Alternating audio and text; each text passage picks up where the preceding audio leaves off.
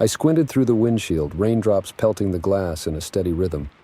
The storm had come out of nowhere, transforming our leisurely road trip into a white-knuckle drive through sheets of water. My wife, Sarah, appeared at her phone, the blue glow illuminating her furrowed brow. "This can't be right," she muttered, tapping the screen.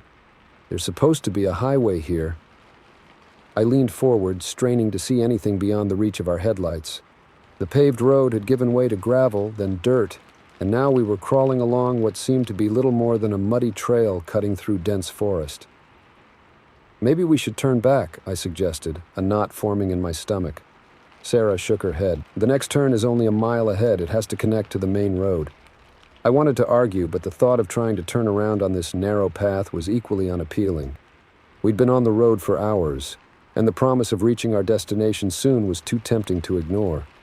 I pressed on, hands gripping the steering wheel as we inched forward. The trees pressed in on both sides, their branches scraping against the car like gnarled fingers. I flicked the wipers to their highest setting, but they barely kept up with the deluge. The headlights caught glimpses of reflective eyes watching from the underbrush, disappearing as quickly as they appeared. "Did you see that?" Sarah asked, her voice tight.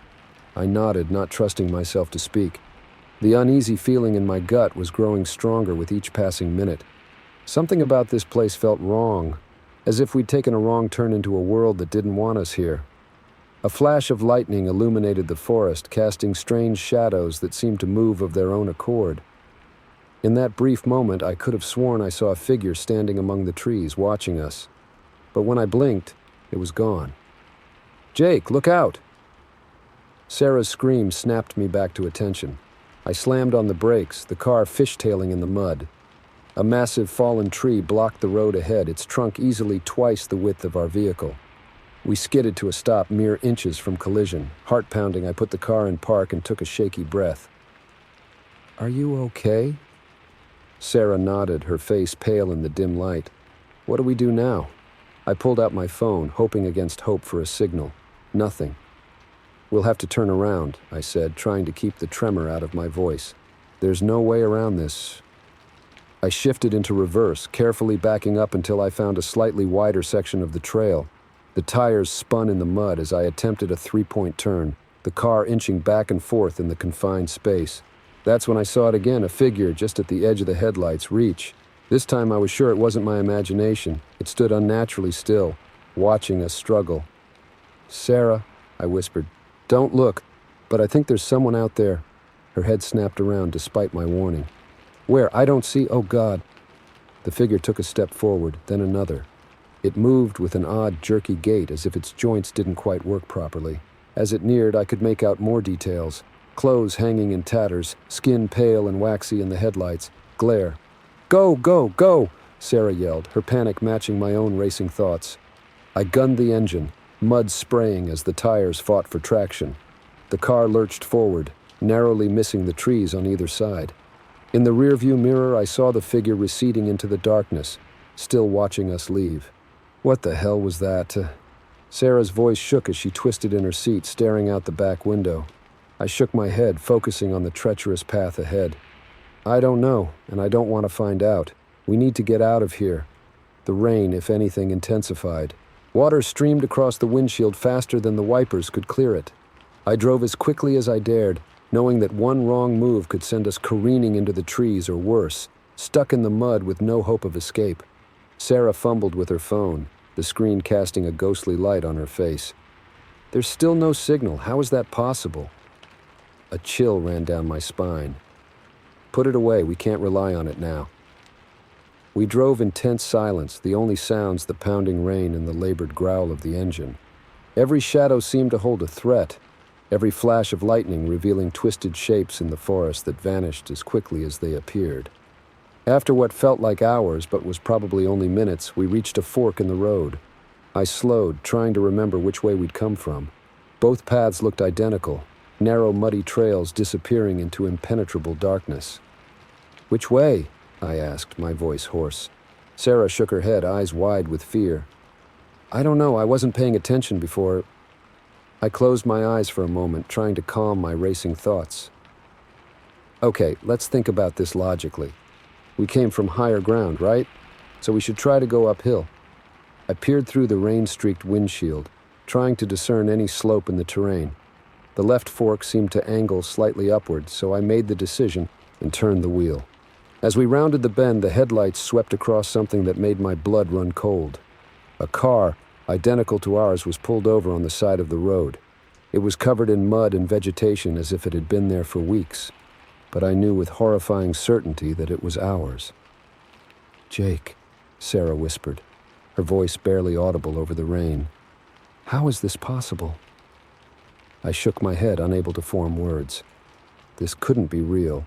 It had to be some kind of hallucination, a trick of the light and our frayed nerves. But as we drew closer, the details became unmistakable. The dent in the rear bumper from when I'd backed into a pole last month, the University of Michigan sticker in the back window. Even our luggage was visible through the grimy glass. I brought our car to a stop, the engine idling as we stared in disbelief. Sarah reached for the door handle. "What are you doing?" I hissed, grabbing her arm. She turned to me, her eyes wide and unfocused. "We have to check. We have to know." Before I could stop her, she was out of the car, the rain instantly plastering her hair to her face. I cursed under my breath and followed, the muddy ground sucking at my shoes. We approached the abandoned vehicle slowly, as if it might disappear if we moved too quickly. Sarah reached out a trembling hand and touched the hood. It was cold and slick with rain. "This isn't possible," I muttered, circling to the driver's side. The window was fogged over, but I could make out shapes inside. My heart nearly stopped when I saw a figure slumped over the steering wheel. Sarah joined me, her breath catching in her throat. "We need to help them," she said, reaching for the door handle. "Wait, I grabbed her wrist, a sudden terrible thought occurring to me. What if it's us?" She looked at me, confusion giving way to dawning horror as she processed what I was saying. We stood frozen, the rain pounding down around us, neither willing to confront the impossible truth before us. A twig snapped in the forest behind us. We whirled around, peering into the darkness. The shadows seemed to move, coalescing into humanoid shapes that lurched towards us with that same unnatural gait we'd seen earlier. "Get in the car!" I shouted, pushing Sarah towards our vehicle. We scrambled inside, slamming the doors just as the first of the figures emerged from the tree line. I threw the car into reverse, tires spinning in the mud before finally catching. We shot backward, narrowly missing the grasping hands of our pursuers. I shifted into drive and floored it, not caring about the treacherous conditions anymore. Our only hope was speed. The muddy trail became a blur as we raced through the forest, tree branches whipping against the windows. I had no idea where we were going, only that we needed to put as much distance between us and that impossible scene as we could. Sarah clutched the dashboard, her knuckles white. "Jake, look!" Through the curtain of rain, I saw a break in the trees ahead. We burst out of the forest onto a paved road, the sudden smoothness almost throwing us off balance. I kept my foot on the gas, terrified to slow down. We drove for miles, the rain gradually lessening until we could see the stars peeking through breaks in the clouds. Neither of us spoke, too shaken by what we'd experienced to put it into words. Finally, as the first hints of dawn colored the horizon, Sarah broke the silence. "What happened back there?" she asked, her voice small and uncertain. I shook my head, hands still gripping the steering wheel tightly. "I don't know. Maybe it was some kind of shared hallucination, maybe." I trailed off, unable to complete the thought. Sarah pulled out her phone, the screen flickering to life. "We have signal again," she said, relief evident in her voice. I nodded, some of the tension finally leaving my body. We were back in the world we knew, where GPS signals worked and abandoned roads didn't lead to impossible encounters. But as I caught Sarah's eye, I saw my own lingering fear reflected there. We both knew that something had happened in those woods, something we couldn't explain. And deep down, a part of me wondered if we'd truly escaped, or if we were still on that muddy trail, lost in a place where the laws of reality no longer applied. I pressed down on the accelerator, eager to put more distance between us and the forest. But no matter how far we drove, I couldn't shake the feeling that somewhere behind us, in a world of endless rain and twisted shadows, another version of ourselves was still trapped, forever trying to find their way home. Story 2. The ticking of the engine was the only sound on that desolate stretch of highway. Until I heard the footsteps. I'd been driving for hours, the monotony of the rural landscape broken only by the occasional flicker of my headlights catching a road sign or the gleam of an animal's eyes in the brush. It was well past midnight and the fatigue was starting to set in. I'd promised myself I'd make it to the next town before stopping, but now, as wisps of steam began to curl from under the hood of my old Chevy, I realized that decision was no longer mine to make. The car sputtered and coughed, lurching forward a few more yards before finally giving up the ghost. I coasted to the shoulder, gravel crunching under the tires as I came to a stop. For a moment, I just sat there, hands still gripping the wheel, staring out into the inky blackness that pressed against the windshield. "Come on, Mike," I muttered to myself, trying to summon the energy to deal with this situation. "You've changed a tire before. Can't be that different." I popped the hood and climbed out of the car, the cool night air raising goosebumps on my arms. The beam of my flashlight cut through the darkness, revealing nothing but empty road stretching in both directions. No houses, no gas stations, not even a barn in sight. Just me, my broken-down car, and miles of nothing. I propped open the hood, coughing as a cloud of steam hit me in the face. The flashlight beam danced over the engine, but to my untrained eye, everything looked as it should. No obvious leaks, no frayed wires, just an old engine that had finally decided it had had enough. A flicker of movement caught my eye, and I swung the flashlight up. For a split second, I thought I saw something dart back into the shadows beyond the reach of my light. Probably just a raccoon or a coyote, I told myself, but I couldn't shake the uneasy feeling that settled in the pit of my stomach. I turned back to the engine, determined to at least look like I knew what I was doing. Maybe if I jiggled some wires or tightened a cap, the car would magically spring back to life. It was a foolish hope, but it was all I had. That's when I heard it. The crunch of gravel underfoot coming from somewhere behind me. I froze, flashlight hovering over the engine. It could be an animal, I thought, or maybe another driver stopping to help, but deep down I knew it wasn't either of those things. The footsteps were too deliberate, too measured, too human. Slowly, I turned around, sweeping the flashlight in a wide arc. The beam caught something reflective about 50 yards up the road. Another car pulled over on the shoulder. How had I not seen it before? It must have been there when I broke down, but in my fatigue and frustration, I'd completely missed it. The footsteps grew closer. I could make out a figure now, a man walking towards me with purposeful strides. He was still too far away to make out any details, just a dark shape moving against the backdrop of the night. "Hello, huh?" I called out, hating how my voice quavered. Having car trouble too. The figure didn't respond. It just kept coming, steady and relentless. Every instinct screamed at me to get back in the car, to lock the doors and hope this stranger would pass me by. But my feet felt rooted to the spot, my body refusing to obey the panicked signals from my brain. As the man drew closer, details began to emerge. He was tall, broad-shouldered, dressed in dark clothes that seemed to absorb what little light there was. His face was still in shadow, but I could feel his eyes on me, sizing me up. "Listen, man," I said, trying to keep my voice steady. "I don't want any trouble. My car just broke down and I'm trying to fix it. If you need help, I'm sorry, but I can't—" "Shut up." The voice was low and gravelly, laced with a menace that made my blood run cold. The man was close enough now that I could see his face, weathered, lined, with eyes that glittered with a predatory intensity. "Give me your wallet and your keys," he said, pulling something from his pocket. The flashlight beam glinted off metal, a knife, its blade wickedly sharp. My mind raced, searching for a way out of this nightmare. I could try to run, but where? There was nowhere to hide on this empty stretch of road, and I doubted I could outrun this guy. I could fight, but the knife changed everything. One wrong move and I'd be bleeding out on the asphalt. Okay, I said, slowly reaching for my back pocket. "Just take it easy. I'll give you what you want." The man's eyes narrowed, tracking my every movement. I pulled out my wallet, holding it out with a trembling hand. He snatched it away, quickly rifling through its contents. "The keys!" he growled, holding out his other hand. I hesitated, my fingers tightening around the key ring in my pocket. The car might not be running, but it was still my only shelter, my only link to the world beyond this isolated stretch of highway. The man took a step closer, the knife glinting in the moonlight. "I won't ask again." Swallowing hard, I pulled out the keys and dropped them into his waiting palm. He pocketed them without taking his eyes off me. "Now turn around and start walking," he said, gesturing down the road with the knife. "Don't look back. Don't try anything stupid. Just walk." My heart hammered in my chest as I turned, every muscle tense with the expectation of feeling the knife plunge into my back at any moment. I took one step, then another, the gravel crunching under my feet. I'd gone about 10 yards when I heard the man call out behind me, "Stop."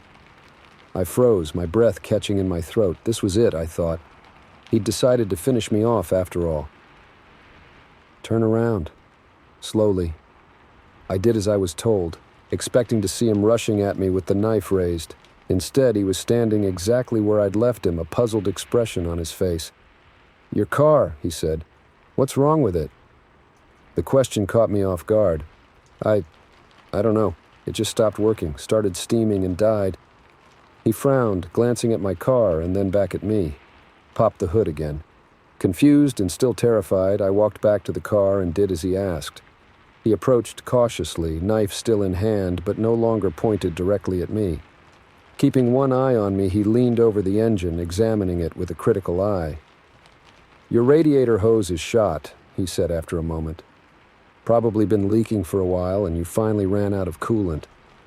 I blinked, struggling to process this sudden shift. Was he really giving me car advice after robbing me at knife point? He must have seen the bewilderment on my face because he let out a short, humorless laugh. "What, you think just because I'm robbing you I don't know cars?" No, I just..." He sighed, running a hand through his hair. For a moment he looked less like a hardened criminal and more like a man who was tired and out of options. "Look, I don't usually do this kind of thing, but I'm in a bad spot and I need to get out of here fast." I nodded, not trusting myself to speak. What was I supposed to say to that? He seemed to come to a decision, his jaw tightening. "I can fix this. It won't be pretty, but it'll get you to the next town at least." "Why would you do that?" I asked, unable to keep the suspicion out of my voice. He shrugged. "Because leaving you stranded out here would be a death sentence, and I'm not a killer." He paused, then added, "At least not yet." The next half hour was surreal. I watched as this man who had threatened me with a knife now worked on my car using strips of cloth torn from his own shirt to patch the leaking hose. He talked as he worked, explaining what he was doing in the tone of someone who had spent a lifetime around engines. When he finished, he stepped back, wiping his hands on his jeans. "That should hold for a while. Get it looked at properly when you hit town, though." He reached into his pocket and pulled out my wallet and keys, holding them out to me. I took them hesitantly, half expecting this to be some kind of trick. "I took the cash," he said. "Left the cards and ID. Sorry about all this." He gestured vaguely, encompassing the whole bizarre situation. I nodded, still not quite believing what was happening. "Thanks for fixing the car," I said, the words feeling inadequate and strange in my mouth. He gave a short nod and turned to walk away. I watched him go, my mind still reeling from the night's events. Just before he reached his car, he turned back. "Word of advice? Don't pick up any hitchhikers tonight. There's some real crazies out here." With that, he climbed into his car and drove off, leaving me alone on the highway once more. I stood there for a long moment, listening to the sound of his engine fade into the distance. Then, moving as if in a dream, I got back into my car and turned the key. The engine coughed once, twice, then rumbled to life. As I pulled back onto the road, my headlights cutting through the darkness ahead, I couldn't shake the feeling that I'd just lived through something that would haunt me for years to come. A reminder of how quickly life can veer into the unexpected, and how thin the line is between threat and savior, between fear and gratitude.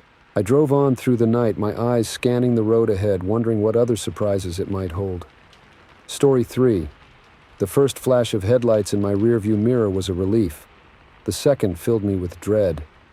I'd been driving for hours, the monotony of the nighttime highway broken only by the occasional glare of a passing truck or the dim glow of a distant farmhouse. The clock on my dashboard read 2:37 a.m., and I was fighting to keep my eyes open.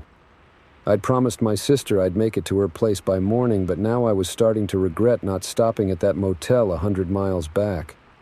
The headlights appeared suddenly, twin beams cutting through the darkness behind me. At first, I was grateful for the company. The road had been empty for so long that even the presence of another car felt comforting. But as the minutes ticked by, I realized the car wasn't passing me. It just sat there, maybe 50 yards back, maintaining the exact same distance no matter how I varied my speed. I tried to shake off the growing unease. It was probably just another tired driver using me as a guide through the night. Nothing sinister about that. But then why didn't they pass? I was only going 5 over the speed limit, surely not fast enough to keep up with someone in a hurry. The digital clock ticked over to 3 a.m. and still the car remained. I found myself checking the rearview mirror more and more frequently, trying to make out any details of the vehicle or its driver, but all I could see were those unblinking headlights boring into me like accusing eyes. That's when the flashing started. At first I thought I was imagining it, a quick flicker, like someone tapping the brights. I blinked hard, trying to clear the fatigue from my vision. But there it was again, a deliberate flash, and another, and another. My heart rate picked up, hands tightening on the steering wheel. This wasn't normal. No one flashes their lights like that unless they're trying to get your attention. But why? What did this person want? I ran through the possibilities in my mind. Maybe there was something wrong with my car, a taillight out or worse. But then why not just pass me and gesture? Why maintain this creepy distance? The flashing continued, growing more insistent. I pressed down on the accelerator, pushing my old Honda well past the speed limit. The car behind me matched my pace effortlessly, never falling behind. A sign flashed by, next exit 15 miles. Too far. I needed to do something now. Taking a deep breath, I eased my foot off the gas. The car behind me slowed too, maintaining that same maddening distance. As my speed dropped below 50, then 40, I flicked on my hazards and began to pull over to the shoulder. This was stupid. Every horror movie I'd ever seen screamed at me not to stop, to keep driving no matter what. But the rational part of my brain argued back. If this person meant me harm, they could have run me off the road already. Maybe they really were trying to warn me about something. My tires crunched on the gravel as I came to a stop. In my rearview mirror, I saw the other car pull over behind me. The headlights shut off, plunging the road into darkness broken only by my hazard lights. I sat there, engine idling, every muscle tense as I waited for something to happen.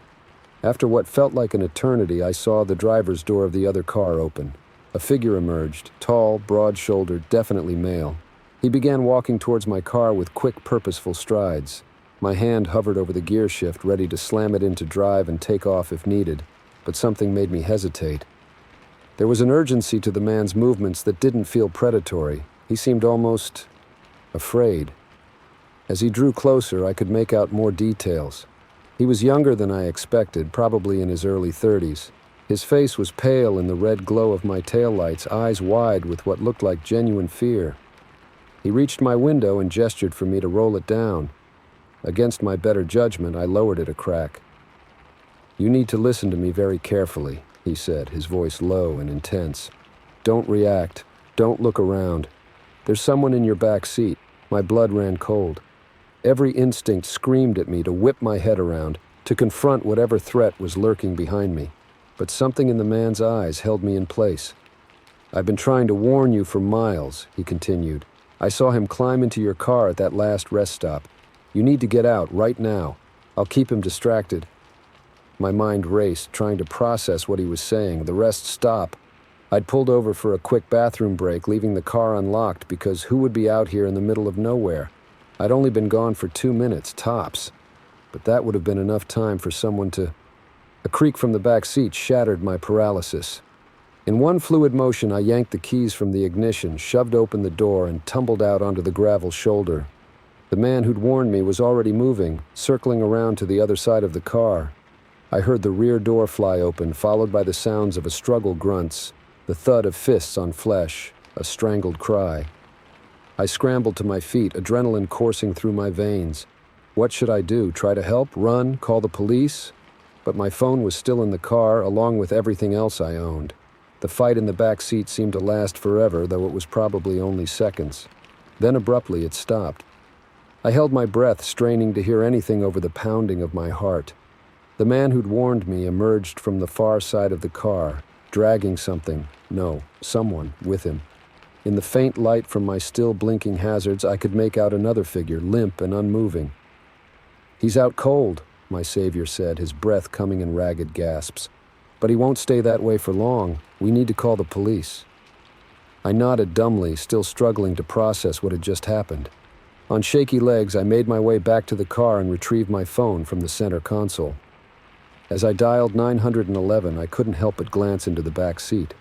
There, half hidden in shadow, I saw the glint of something metallic. A knife. The realization of how close I'd come to death hit me like a physical blow, and I had to lean against the car to keep from collapsing. The next hour passed in a blur. Police cars and an ambulance arrived, their flashing lights turning the lonely stretch of highway into an impromptu carnival. I gave my statement in a daze, watching as they loaded the would-be attacker, now handcuffed to a gurney, into the back of the ambulance. As the commotion began to die down, I found myself standing next to the man who'd saved my life. In the harsh glare of the police spotlights, he looked exhausted but relieved. "I never even asked your name," I said, suddenly feeling awkward. He gave a tired smile. "It's Mark. And you're Sarah, right? I heard you talking to the officers." I nodded. "Mark, I don't even know how to begin to thank you. If you hadn't been there..." He held up a hand, shaking his head up. "Anyone would have done the same. I'm just glad I was able to help." But we both knew that wasn't true. How many people would have followed a stranger for miles, trying to warn them? How many would have put themselves in harm's way to save someone they'd never met? A police officer approached, notepad in hand. "We're going to need both of you to come down to the station to give formal statements," he said. "But it can wait until morning if you'd prefer. There's a motel about 10 miles up the road where you can get some rest." Mark and I exchanged glances. The thought of being alone after what had just happened was unbearable. "Actually," I said, surprising myself, "I was heading to my sister's place. It's only a couple hours from here. Maybe we could both go there? If you don't have anywhere else to be, I mean..." I half expected him to decline, to say he needed to get back to his own life. But he just smiled, a warmth in his eyes that made me feel safe for the first time in hours. "I'd like that," he said softly. As we got back into our respective cars, me following him this time, I couldn't help but marvel at the strange twists of fate. How a night that had almost ended in tragedy had instead brought an unexpected connection. The sun was just beginning to peek over the horizon as we pulled back onto the highway. In my rearview mirror, I could see Mark's headlights, steady and reassuring. No longer a threat, but a promise of safety, of companionship. I didn't know what would happen when we reached my sister's house or in the days and weeks to come. But I did know that whatever challenges lay ahead, I wouldn't have to face them alone. Sometimes, it seems, the deepest bonds are forged in the darkest of nights. Story 4. The moment our car sputtered to a stop, I knew we were in trouble. But it wasn't until I saw the lights in the distance that I realized just how much. We'd been on the road for hours, my wife Lisa, our 2 kids in the back seat, and me behind the wheel. It was supposed to be a fun family road trip, a chance to see the country and spend some quality time together. But as night fell and the miles of empty highway stretched out before us, it had started to feel more like a test of endurance. I'd ignored the first warning signs, the slight shudder in the engine, the way the car seemed to hesitate when I pressed the gas. I was determined to make it to the next town, to find a motel and call it a night, but fate, it seemed, had other plans. The engine gave one final sputtering cough before dying completely. I guided the car to the shoulder, gravel crunching under the tires as we rolled to a stop. For a moment we all sat in silence, the sudden absence of the engine's hum leaving an eerie quiet. "What's wrong, Daddy?" Emma, our 6-year-old, asked from the back seat. I forced a smile, trying to keep the worry out of my voice. "Just a little car trouble, sweetheart, nothing to worry about." Lisa shot me a look that said she wasn't buying it. She knew as well as I did that we were in the middle of nowhere, with no cell service and no idea how far it was to the next town. I popped the hood and got out, the cool night air raising goosebumps on my arms. I stared at the engine, hoping that by some miracle I'd spot the problem and be able to fix it. But who was I kidding? I could barely change a tire, let alone diagnose a major engine failure. "Any luck?" Lisa asked, coming to stand beside me. I shook my head. "I think it's the alternator, or maybe the fuel pump." Either way, it's not something I can fix here. She nodded, wrapping her arms around herself against the chill. So what do we do? That was the million-dollar question. We had some water and snacks in the car, enough to last us through the night if we had to. But the thought of spending hours trapped in the car with two increasingly cranky kids was not appealing. That's when I saw it, a faint glow on the horizon, barely visible against the inky black sky. "Look," I said, pointing. "Lights. There must be a town or at least a farm out there." Lisa squinted into the darkness. "Are you sure? It could be just a trick of the light." But as we watched, the glow seemed to intensify, taking on an otherworldly quality. It pulsed and shifted, colors bleeding from one hue to another in a hypnotic dance. "That's not normal," Lisa said, her voice tight with tension. I nodded, a chill that had nothing to do with the night air running down my spine. Every instinct told me that those lights were wrong, that we should stay far away from whatever was causing them. But what choice did we have? "We can't stay here," I said, as much to convince myself as Lisa. "If there are people out there, they might be able to help us." Lisa hesitated, then nodded. "Okay, but we stick together no matter what." We gathered what we could carry, some water bottles, a few granola bars, and a flashlight with batteries that I prayed would last. I helped Emma out of the car while Lisa managed Jake, our toddler, who was mercifully still asleep. "We're going on an adventure," I told Emma, trying to inject some excitement into my voice. She looked skeptical but didn't argue. And so we set off, a ragtag family of 4, trudging along the side of a deserted highway towards a light source that grew stranger with every step. The gravel crunched under our feet, the sound seeming unnaturally loud in the stillness of the night. As we walked, the lights continued their eerie dance. Sometimes they seemed to recede, growing fainter until I feared we'd lose sight of them entirely. Other times they flared with such intensity that I had to shield my eyes. Emma clutched my hand tightly, her earlier bravado fading as the strangeness of our situation set in. "Daddy, I'm scared," she whispered. I squeezed her hand reassuringly. "It's okay to be scared, sweetheart, but we're all together, and that's what matters." Lisa walked beside me, Jake still miraculously asleep on her shoulder.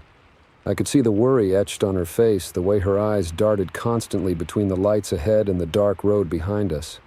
We'd been walking for what felt like hours, though my watch told me it had only been about 45 minutes.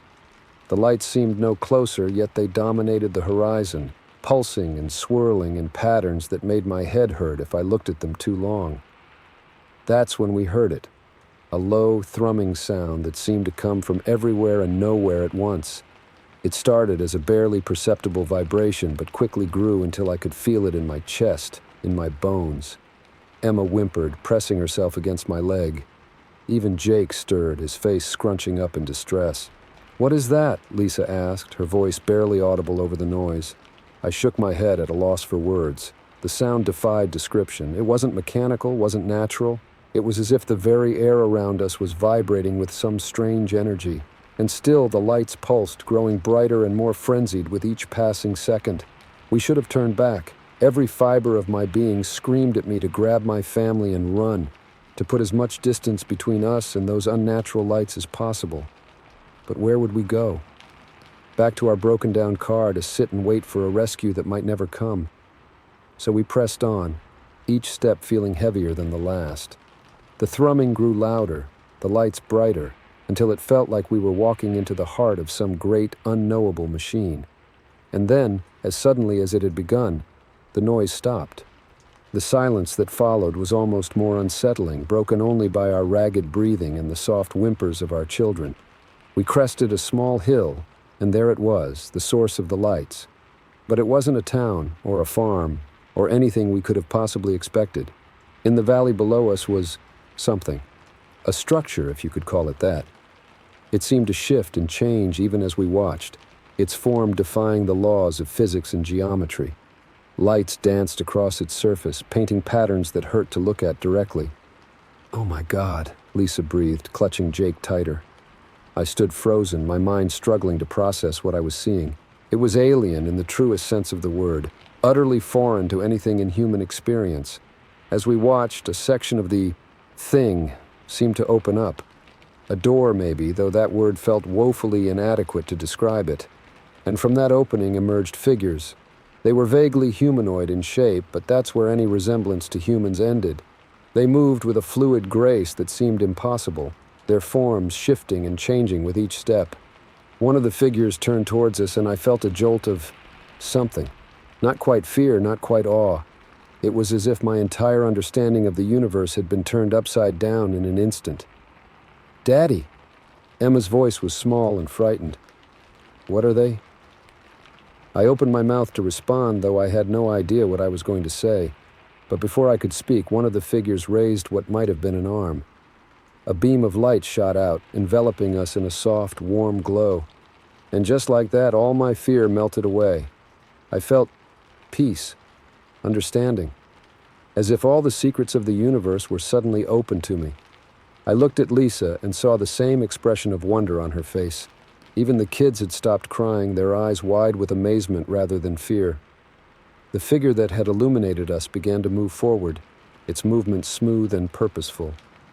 As it drew closer, I felt no urge to run, no sense of danger. Instead, I felt as if I was on the brink of something momentous, something that would change not just our lives, but the course of human history. As the being reached us, it extended what I can only describe as a hand. Without hesitation, I reached out to take it. In that moment of contact, I understood. These weren't invaders or monsters. They were travelers, explorers like us, seeking connection across the vast expanse of the cosmos. And by some cosmic coincidence or grand design, our broken-down car had led us to this meeting.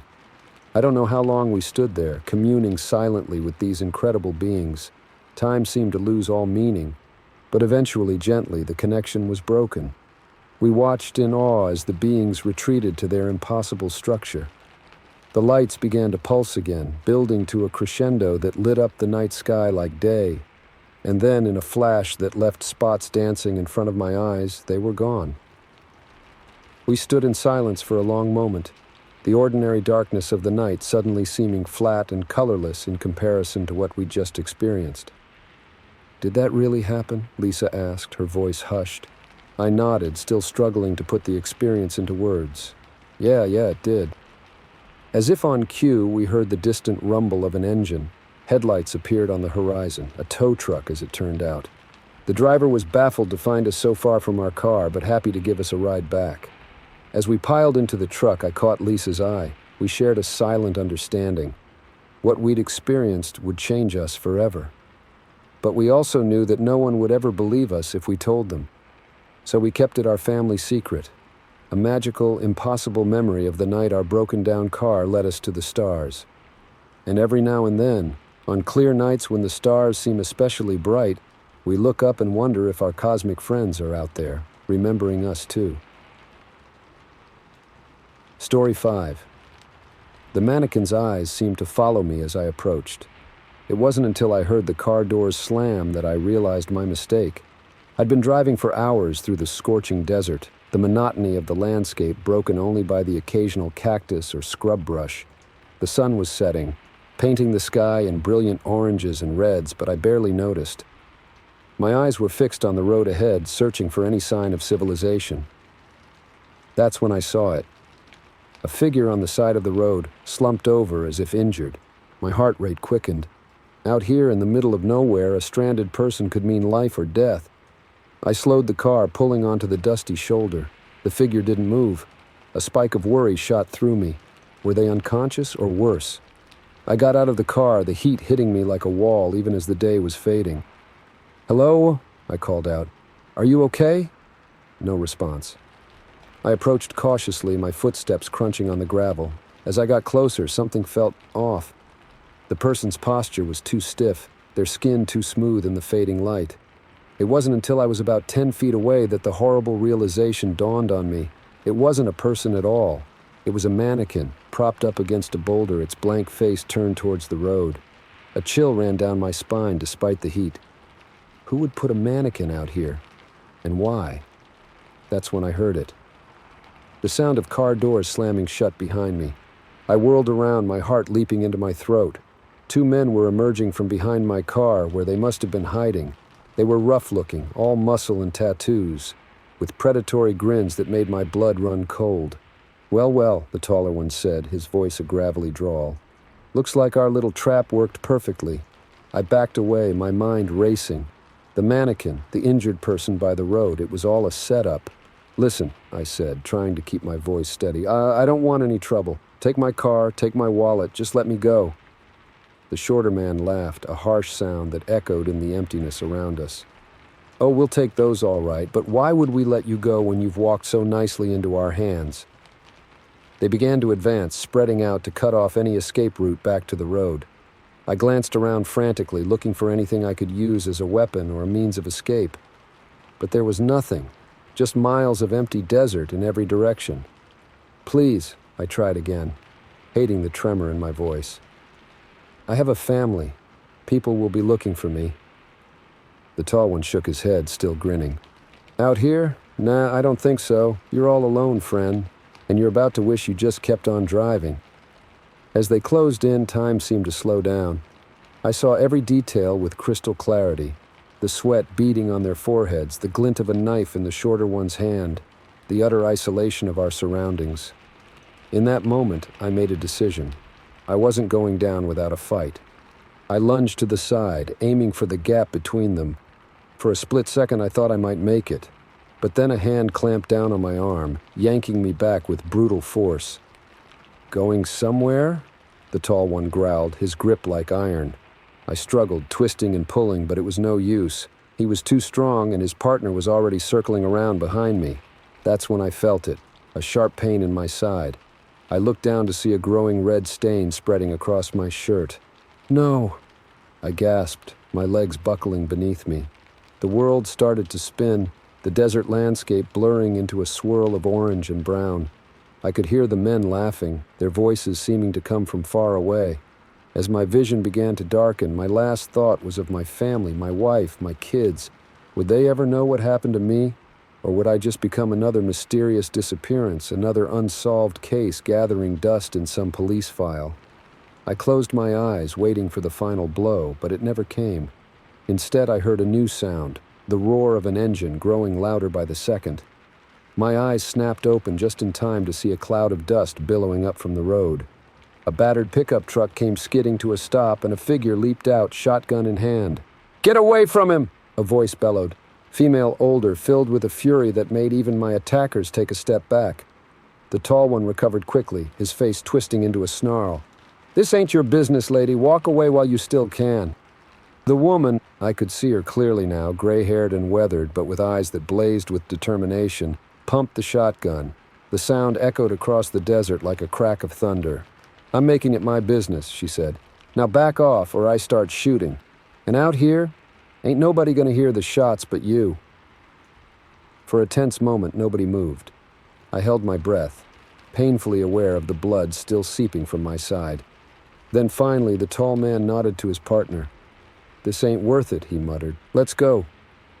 They backed away slowly, eyes never leaving the shotgun. When they reached my car, they paused. "Keys," the short one barked. With a shaking hand, I tossed them over. In seconds, they were gone, my car disappearing in a cloud of dust down the highway. As soon as they were out of sight, the woman rushed to my side.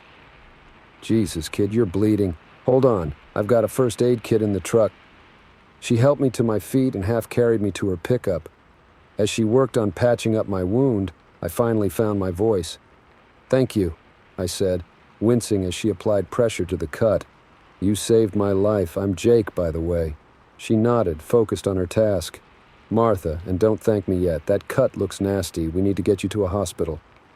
"The nearest town is hours away," I said, the reality of our situation sinking in. Martha's mouth set in a grim line. "Then we better get moving. You up for a road trip?" Despite everything, I couldn't help but laugh. "Do I have a choice?" She helped me into the passenger seat of her truck, the old springs creaking in protest. As we pulled back onto the highway, I glanced in the side mirror. The mannequin was still there, a silent sentinel in the gathering darkness. "How did you know?" I asked, as Martha accelerated, the truck's engine roaring. "About the trap, I mean." She was quiet for a moment, her eyes fixed on the road ahead. "Wasn't the first time they've tried it. she said finally. Lost my husband to those bastards 2 years ago.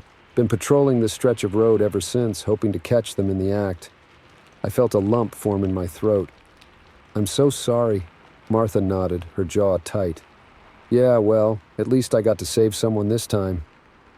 We drove in silence for a while, the pain in my side a constant throb. But as the adrenaline wore off, a new feeling began to set in. Gratitude. Not just for being alive, but for the reminder that even in the darkest moments, there are still good people in the world. You know, I said, breaking the silence, my family has a big Sunday dinner every week. Once I'm patched up, I'd love for you to join us. It's the least I can do to thank you. Martha glanced over at me, a small smile softening her weathered features. That sounds real nice, Jake. I might just take you up on that. As we sped through the night, the desert stretched out endlessly around us. But for the first time since this nightmare began, I felt hope. Whatever came next, I knew I'd face it with a newfound appreciation for the kindness of strangers and the unexpected heroes we meet along life's journey. The mannequin trap had nearly cost me everything. But in a twist of fate I never could have imagined, it had also led me to a friendship that would change my life forever. Story 6. The moment I saw her reflection blink, I knew I'd picked up more than just a hitchhiker. It had been a long night on the road, the kind where the white lines start to blur and every shadow seems to move. I'd been driving my rig for 14 hours straight, pushing the limits of what was legal and probably safe. But that's the life of a long-haul trucker, always racing against the clock, against fatigue, against the vastness of the American highway system. I was about 50 miles outside of Tulsa when I saw her. At first, I thought she was just another trick of the light, a mirage born from too much caffeine and too little sleep. But as I got closer, I could see her clearly, a woman, probably in her 30s, standing on the side of the road with her thumb out. Now, I'm not usually one for picking up hitchhikers. Too many horror stories, too many risks in this line of work. But something about her made me pull over. Maybe it was the desperation in her stance or the fact that she was out here in the middle of nowhere at 3 in the morning. Whatever it was, before I knew it, I was easing my 18-wheeler onto the shoulder. She didn't wait for me to come to a complete stop before she was yanking open the passenger door and clambering up. "Thank you," she gasped, slamming the door behind her. "Oh God, thank you!" I took a good look at her as I pulled back onto the road. She was a mess. Hair tangled, mascara smeared down her cheeks, clothes rumpled like she'd been sleeping in them. But underneath all that, I could see she was pretty in a fragile sort of way. "You okay, miss?" I asked, trying to keep my tone casual. "You look like you've had a rough night." She laughed, a sharp, bitter sound that had no humor in it. "You could say that. I needed to get away. Fast." I nodded, not pushing for details. In my experience, people tell you what they want you to know when they're ready. Well, I'm headed to Tulsa, if that helps. Name's Mike, by the way. "Sarah," she said, then fell silent, staring out the window at the darkness rushing by. We drove in silence for a while, the only sound the rumble of the engine and the occasional crackle of the CB radio. I kept sneaking glances at her, trying to figure out her story. Running from an abusive boyfriend? In trouble with the law? Or just another lost soul looking for a fresh start? It wasn't until we'd been on the road for about an hour that things started to get weird. I'd been checking my mirrors, a habit ingrained after years on the road, when I noticed something odd. Sarah's reflection in the passenger window didn't quite match up with her actual movements. I blinked hard, sure I was seeing things. But no, there it was again. Sarah was sitting still, hands folded in her lap, but her reflection was fidgeting, running its hands through its hair in a nervous gesture. A chill ran down my spine. I gripped the steering wheel tighter, trying to keep my breathing steady. It had to be a trick of the light, some strange effect of the street lights we were passing, because the alternative, well, that was too crazy to consider. "Everything okay?" Sarah's voice made me jump. "You seem tense." I forced a smile, keeping my eyes firmly on the road. "Just tired, I guess. Long night." She nodded, seemingly satisfied with my answer. But when I risked another glance at the window, her reflection was grinning at me, a wide, unnatural smile that didn't match Sarah's neutral expression at all. My heart was pounding now, sweat beading on my forehead despite the cool air blasting from the AC. I tried to think rationally. I was tired, my eyes were playing tricks on me, that was all. But deep down I knew something was very, very wrong. "So, what brings you out this way?" I asked, desperate to break the silence and distract myself from the impossible things I was seeing. Sarah sighed, a sound full of weariness and pain. "It's a long story. Let's just say I made some bad choices, trusted the wrong people. Needed a fresh start, you know." I nodded, sneaking another glance at the window.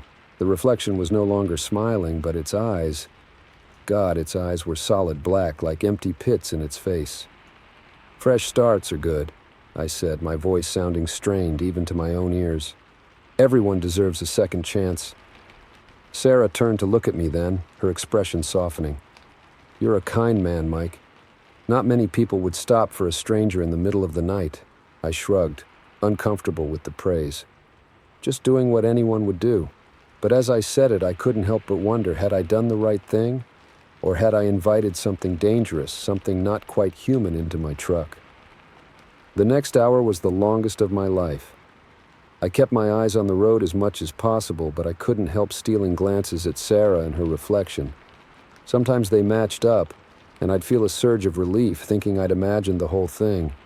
But then I'd look again, and the reflection would be doing something impossible, its head spinning around, its mouth opening to reveal rows of sharp teeth, its body contorting into shapes that no human could make. Sarah, for her part, seemed oblivious to my growing panic. She talked sporadically, telling me bits and pieces of her life, a troubled childhood, a string of bad relationships, dreams of starting over somewhere new. Her voice was soft, almost hypnotic, and despite my fear, I found myself being drawn into her story. It wasn't until we were about 10 miles outside of Tulsa that things came to a head. I'd been trying to work up the courage to confront Sarah, to ask her what the hell was going on, when she suddenly went rigid in her seat. "Stop the truck," she said, her voice low and urgent. "What? Why?" "Just stop the damn truck," she screamed, her whole body shaking. I pulled over, my heart racing. As soon as we came to a stop, Sarah was fumbling with the door handle, practically falling out of the cab in her haste to get out. I watched, frozen in shock, as she stumbled a few yards away from the truck and then changed. There's no other word for it.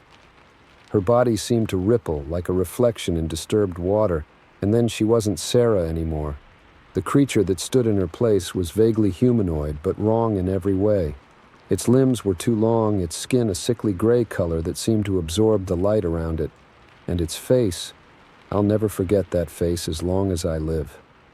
No eyes, no nose, just a gaping maw filled with needle-sharp teeth. I should have been terrified. I should have slammed the truck into gear and gotten the hell out of there. But something kept me rooted to the spot, watching as the creature, as Sarah, thrashed and convulsed. And then, as suddenly as it had begun, it was over. Sarah collapsed to the ground, human once more. I found myself getting out of the truck, approaching her cautiously. "Sarah," I called, my voice shaking. Are you okay?" She looked up at me, her eyes clear and full of sorrow.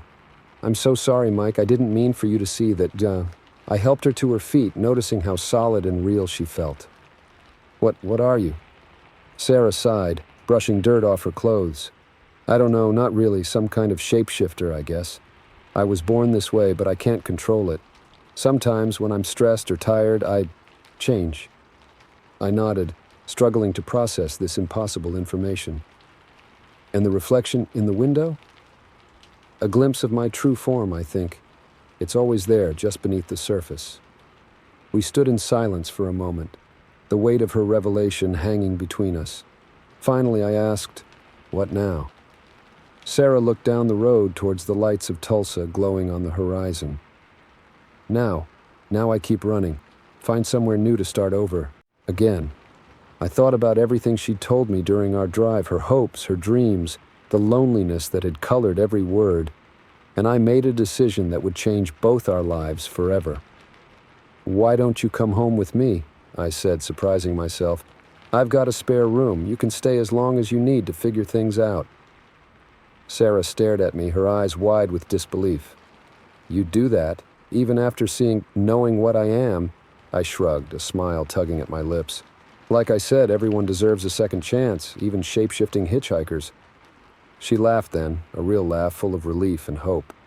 And as we climbed back into the truck, I knew that whatever challenges lay ahead, we'd face them together. Because sometimes the most unexpected encounters can lead to the most profound connections. And in a world full of darkness, a little kindness can be the most powerful force of all. Story 7. The note under my windshield wiper fluttered in the breeze, its innocent appearance belying the terror its words would soon unleash. I'd been driving for hours, the monotony of the highway broken only by the occasional gas station or lonely diner. It was just past midnight and the fatigue was starting to set in. I needed to stretch my legs, maybe grab a coffee to keep me going for the last leg of my journey. That's when I saw the sign for a rest stop promising clean bathrooms and vending machines. Perfect. I signaled and pulled off the highway, following the winding access road to a small parking lot nestled among some trees. The place was deserted, not surprising given the hour. I parked under one of the few working lights, the harsh fluorescent glow creating a small island of visibility in the surrounding darkness. As I cut the engine, the silence pressed in around me, broken only by the tick of the cooling engine and the rustle of leaves in the night breeze. I got out, stretching my arms above my head and feeling my spine pop in several places. The air was cool and damp, carrying the scent of pine and something else, something I couldn't quite place. I shrugged it off, chalking it up to unfamiliar local plants. I was halfway to the restroom building when I remembered I'd left my phone in the car. Cursing under my breath, I turned back. That's when I saw it, a small piece of paper tucked under my windshield wiper, fluttering gently in the breeze. My first thought was that it must be some kind of flyer, maybe for a local business or event. But as I got closer, a sense of unease began to creep over me. Who would be leaving flyers at a deserted rest stop in the middle of the night? I plucked the paper from under the wiper, unfolding it with fingers that suddenly felt clumsy. The message was short, written in a hasty scrawl. You are at rest stop 23 mile marker 147 on Highway 9. Leave immediately. They are coming. I felt my blood run cold. This had to be some kind of joke, right? A prank by bored local teens or something? But how did they know exactly where I was, and who were they? I looked around, suddenly acutely aware of how exposed I was in the harsh circle of light. The darkness beyond seemed to press in, alive with unseen threats. Was that movement I saw at the edge of the trees, or just shadows playing tricks on my tired eyes? My heart pounding, I fumbled for my keys, nearly dropping them in my haste. Every instinct screamed at me to get in the car and drive away as fast as I could. But another part of my brain, the rational part, argued that this was ridiculous. It was just a stupid prank. If I left now, I'd be letting some idiot kid get the better of me. I stood there, frozen in indecision, the note crumpled in my fist. That's when I heard it. A twig snapping in the woods, followed by what sounded like whispered voices. My decision was made in an instant. I yanked open the car door and practically dove inside, jamming the key into the ignition. The engine roared to life, headlights cutting through the darkness. In the rearview mirror, I caught a glimpse of movement at the edge of the parking lot, shadowy figures emerging from the tree line. I threw the car into reverse, tires squealing as I backed out of the space. My hands shook as I shifted into drive, but I didn't hesitate. I floored it, the car lurching forward towards the exit. As I sped down the access road, I risked a glance in my rearview mirror. What I saw made my blood freeze in my veins. The parking lot was filled with people, if you could call them that. They moved with an unnatural, jerky gait, their faces obscured by shadow. And they were all staring directly at my retreating car. I hit the highway doing well over the speed limit, my knuckles white on the steering wheel. My mind raced, trying to make sense of what I'd just seen. Who were those people? What did they want? And who had left me that warning note? For the next hour, I drove like a man possessed, constantly checking my mirrors for any sign of pursuit. Every set of headlights in the distance sent a jolt of panic through me. I didn't slow down until I crossed the state line, the welcome to a sign never looking so good. As the adrenaline began to wear off, doubt started to creep in. Had I really seen what I thought I had? Or had my tired mind, primed by that cryptic note, conjured up threats from shadows and innocent travelers? I pulled over at the next well-lit truck stop I saw, needing a moment to collect myself. As I sat there, engine idling, I pulled out the crumpled note from my pocket. In the harsh overhead lights, the hastily scrawled warning seemed less ominous, more like the product of someone's overactive imagination or their cruel idea of a joke. I was about to toss the note away when something made me hesitate. On a hunch, I turned it over. There, on the back, was another message I hadn't noticed before. If you're reading this, you made it out. You're one of the lucky ones. But they won't stop looking. Keep moving. Trust no one. A chill ran down my spine. This was no prank. This was something far more sinister, far more real. I thought about going to the police, but what would I tell them? That I'd been chased from a rest stop by shadowy figures after receiving a cryptic warning note? They'd laugh me out of the station. No, I was on my own with this. And right now, the only thing I could do was follow the note's advice. Keep moving. I pulled back onto the highway, my mind racing with possibilities. Who were they? Some kind of cult, a secret government organization, or something even worse, something beyond my comprehension? As the miles ticked by, I found myself jumping at every shadow, suspicious of every car that stayed behind me for too long. I avoided rest stops in small towns, only stopping for gas at busy truck stops where I could blend into the crowd. Days passed like this, turning into weeks. I called in sick to work, then eventually stopped calling altogether. I withdrew all my savings, started using only cash. I bought disposable phones, never using one for more than a day or two. Paranoia became my constant companion. But no matter how far I drove, no matter how careful I was, I couldn't shake the feeling that I was being watched.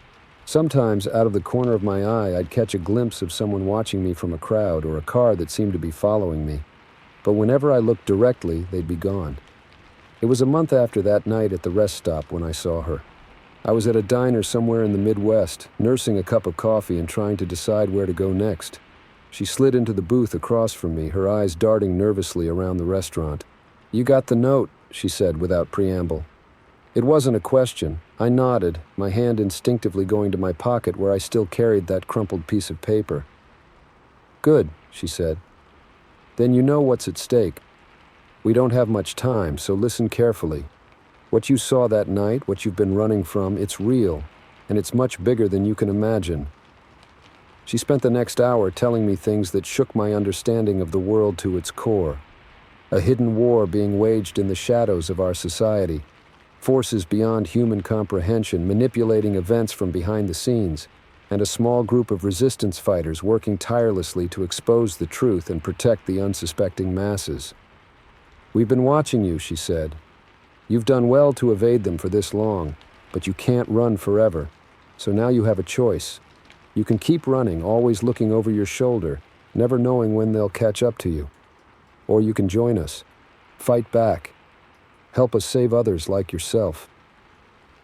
I sat there, stunned, trying to process everything she'd told me. Part of me wanted to dismiss it all as the ravings of a lunatic. But I knew deep down that every word was true. I thought about that night at the rest stop, about the month I'd spent running, about the life I'd left behind, and I made my choice. "I'm in," I said. "Tell me what I need to do." She smiled, relief evident in her eyes. "Welcome to the resistance. Your real journey is just beginning." As we left the diner together, I felt a mix of fear and exhilaration. I didn't know what the future held, but I knew one thing for certain. My life would never be the same. The note under my windshield had been just the beginning. Now I was part of something bigger, something that could change the world. And somewhere out there, at another lonely rest stop, another unsuspecting traveler was about to have their world turned upside down by a fluttering piece of paper and a warning in the night. Story 8. The moment the lights went out, I knew I wasn't alone in that tunnel. It had been a long day, and I was eager to get home. The clock on my dashboard read 11:43 p.m. as I approached the Millard Tunnel, a 2-mile stretch of concrete that burrowed through the mountains, separating my small town from the city where I worked. I'd driven through this tunnel hundreds of times before, barely giving it a second thought, but tonight felt different. As I entered the mouth of the tunnel, the bright lights lining the ceiling reflected off my windshield, creating an almost hypnotic effect. I shook my head, trying to clear the fatigue that was settling in. That's when it happened. 1 second, the tunnel was brightly lit, and the next, I was plunged into complete darkness. My headlights flickered and died, along with every other electrical system in my car. The engine sputtered and went silent. Panic gripped me as I coasted to a stop, the momentum of my now powerless vehicle carrying me further into the inky blackness of the tunnel. The silence was oppressive, broken only by the pounding of my heart and my ragged breathing. I fumbled for my phone, desperate for any source of light.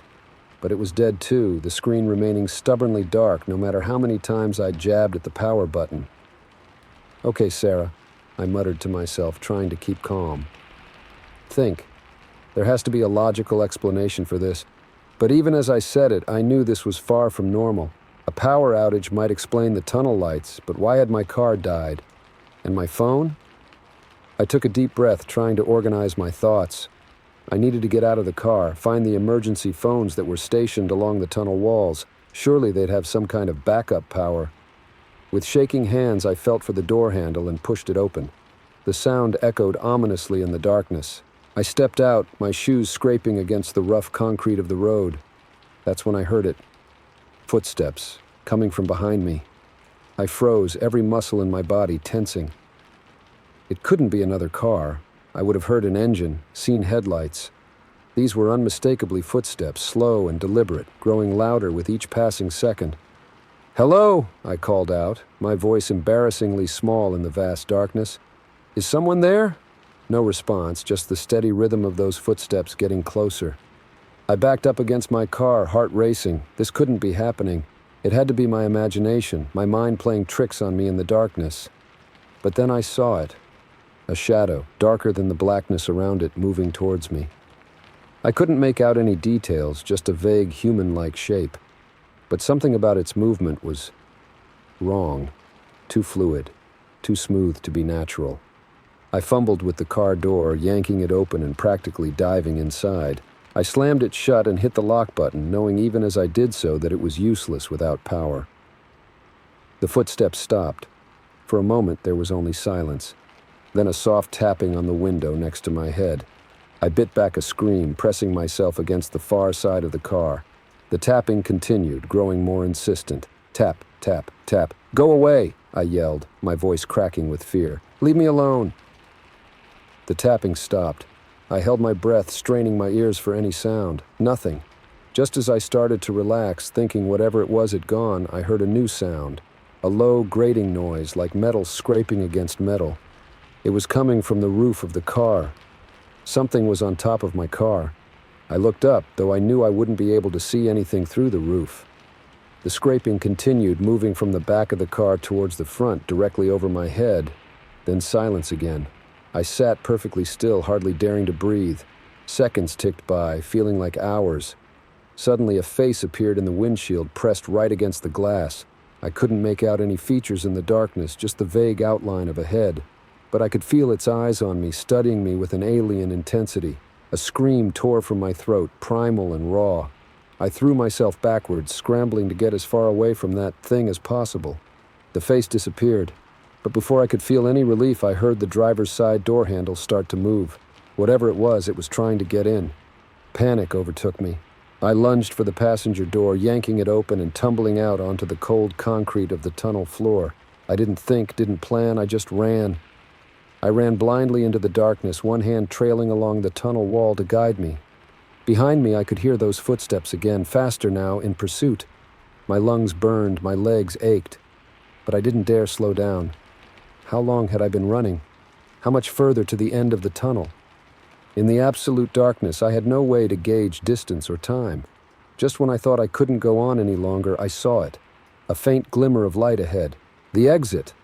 With a surge of desperate energy, I sprinted towards it. The light grew brighter, and I could make out the shape of the tunnel's end. I was almost there. Just a little further. I burst out of the tunnel, the cool night air hitting me like a physical force. I gulped it down greedily, my legs finally giving out as I collapsed onto the grassy shoulder of the road. For a moment I just lay there, my chest heaving as I tried to catch my breath. Then slowly I turned to look back at the tunnel. It was normal. Lights on, a few cars passing through as if nothing had happened. I stared in disbelief, wondering if I had imagined the whole thing. But then I saw it. Just for a second, a shadow at the mouth of the tunnel. A shape that was almost human, but not quite. It seemed to look right at me, and I felt a chill run down my spine. Then it was gone, melting back into the darkness of the tunnel as if it had never been there at all. I scrambled to my feet, my whole body shaking. I needed to get away from here, to get home where it was safe. But my car was still in the tunnel, probably still powerless. As if in answer to my unspoken dilemma, I heard the rumble of an engine approaching. A truck came into view, slowing as it neared me. The driver, an older man with kind eyes, rolled down his window. "You all right, miss? You look like you've seen a ghost." I almost laughed at his choice of words. If only he knew. "Car trouble," I managed to say, my voice hoarse from screaming and running. "In the tunnel. Could you give me a ride into town?" He nodded, reaching over to open the passenger door. "Hop in. We'll call a tow truck when we get there." As we drove away, I couldn't help but look back at the tunnel one last time. For a moment, I thought I saw something standing at the entrance, watching us leave. But then we rounded a bend, and the tunnel disappeared from view. I never drove through that tunnel again. I found a new job, one that didn't require me to make that commute. Some people thought I was crazy, giving up a good position over a longer drive. But they hadn't seen what I had seen. They hadn't felt the terror of being hunted in the darkness. Sometimes late at night, I still wake up in a cold sweat, the memory of those footsteps echoing in my mind. And I wonder about that tunnel, about what might be lurking in its shadows, waiting for the next unsuspecting driver to pass through. Because now I know the truth that most people never learn. Sometimes the monsters in the dark are real, and sometimes they're closer than we ever want to believe. Story 9. The girl at the rest stop had pigtails and a red lollipop.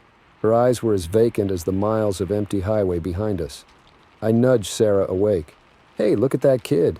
Isn't it weird she's out here alone?" My wife yawned and peered out the passenger window. "What kid? I don't see anyone." I blinked, but the girl was gone. Must have been my imagination, I thought. We'd been on the road for 12 hours straight, after all. I shook my head and pulled back onto the highway, the hum of our tires on asphalt a soothing white noise. An hour later, we stopped for gas.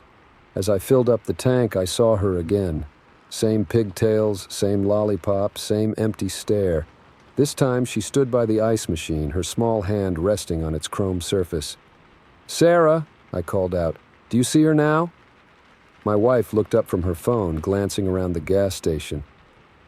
"See who, Mark? There's no one here but us and the cashier." I turned back to the ice machine, but the girl had vanished once more. A chill ran down my spine despite the summer heat. "Never mind," I muttered, replacing the gas nozzle. "Let's just get going." We drove on as the sun dipped below the horizon, painting the sky in hues of orange and purple. Sarah dozed off again, leaving me alone with my thoughts and the endless ribbon of road ahead. At the next rest stop, I didn't want to look, but my eyes were drawn to the picnic area like a magnet, and there she was. The girl stood motionless beneath a flickering light, her pigtails swaying gently in a breeze I couldn't feel. This time, I didn't wake Sarah. I gripped the steering wheel tighter and sped away, my heart pounding in my chest. What was happening? Was I losing my mind? As we continued our journey, I tried to rationalize what I'd seen. Maybe it was just fatigue playing tricks on my mind, or perhaps there was a logical explanation, a child traveling with her family, coincidentally stopping at the same place as we did. But deep down, I knew neither of these explanations fit. There was something unnatural about the girl, something that made my skin crawl. We pressed on through the night, the darkness broken only by our headlights and the occasional passing car. I was determined to reach our destination without another stop, hoping to outrun whatever strange phenomenon was occurring. But as the miles wore on, my eyelids grew heavy. The white lines on the road began to blur, and I knew I couldn't safely continue. Reluctantly, I pulled into another rest area, one of those bare-bones stops with nothing but a parking lot and a few porta-potties. "Sarah," I said, gently shaking her awake, "I need to close my eyes for a bit. Can you keep watch?" She nodded groggily, stretching in her seat. "Sure, hun. How long do you need?" "Just 20 minutes," I replied, already reclining my seat. "Wake me if anything happens." I drifted off almost immediately, exhaustion overtaking me. But my sleep was fitful, filled with unsettling dreams of a small figure always just out of sight, always watching. A tapping sound jolted me awake. I bolted upright, momentarily disoriented. Sarah was sound asleep beside me. The dashboard clock read 3:17 a.m. Tap, tap, tap. The sound was coming from outside the car. I turned slowly, dreading what I might see. There she was, standing right outside my window, the girl with the pigtails and the lollipop. Only now her eyes weren't vacant. They were fixed on me, wide and unblinking. And she was smiling, a wide, unnatural grin that stretched too far across her face. I couldn't move, couldn't breathe. Fear paralyzed me as the girl raised her hand and waved, her movements jerky and puppet-like. Then she started walking, not away from the car, but towards the front of it. I watched in horror as she moved with an unnatural gait, her head turning to keep her eyes locked on mine the entire time.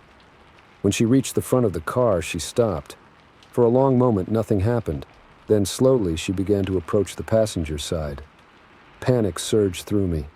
"Sarah!" I yelled, reaching over to shake her. Sarah, wake up!" But my wife didn't stir. Her head lolled to the side, and in the dim light of the rest area, I saw a dark stain on her neck. My stomach churned as I realized it was blood. The tapping resumed, this time on Sarah's window. I couldn't look. Didn't want to see that grotesque smile, those dead eyes. But I forced myself to turn. The girl stood there, her face pressed against the glass. But it wasn't a girl anymore. The skin on her face was gray and rotting, her eyes sunken and black. The lollipop in her hand had transformed into a rusty, blood-stained knife.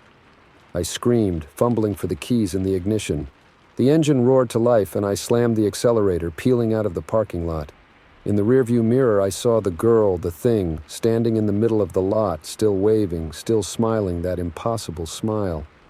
I drove like a madman, pushing the car to its limits. My hands shook on the steering wheel, and I couldn't stop glancing in the mirrors, half expecting to see her appear in the back seat. As the first light of dawn broke over the horizon, I finally allowed myself to slow down. My breath came in ragged gasps, and my shirt was soaked with sweat. I looked over at Sarah, hoping against hope that what I'd seen was just another part of this nightmare. But she was still there, slumped in her seat, the wound on her neck now clearly visible in the growing light. Tears streamed down my face as the reality of the situation hit me. My wife was dead, and I was alone on this godforsaken highway with something I couldn't explain or understand. I drove on autopilot, my mind reeling. Should I go to the police? Would they even believe me? How could I explain what had happened without sounding like a raving lunatic? Lost in my thoughts, I almost missed the sign for the next rest stop. Something made me look up just in time to see it pass. And there, standing beneath the sign, was the girl. She waved at me as I sped by, her grotesque smile visible even at this distance. My breath caught in my throat. How was this possible? I'd left her miles behind, unless she was never really there at all, unless this was all in my head.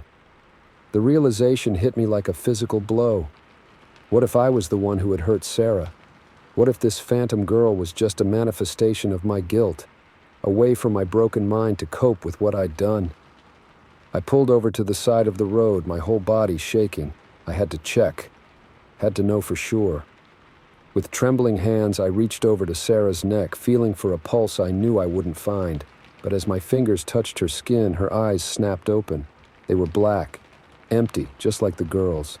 Sarah's head turned towards me with that same jerky, unnatural movement, and her mouth stretched into that impossible smile. "Your turn," she said in a voice that wasn't hers.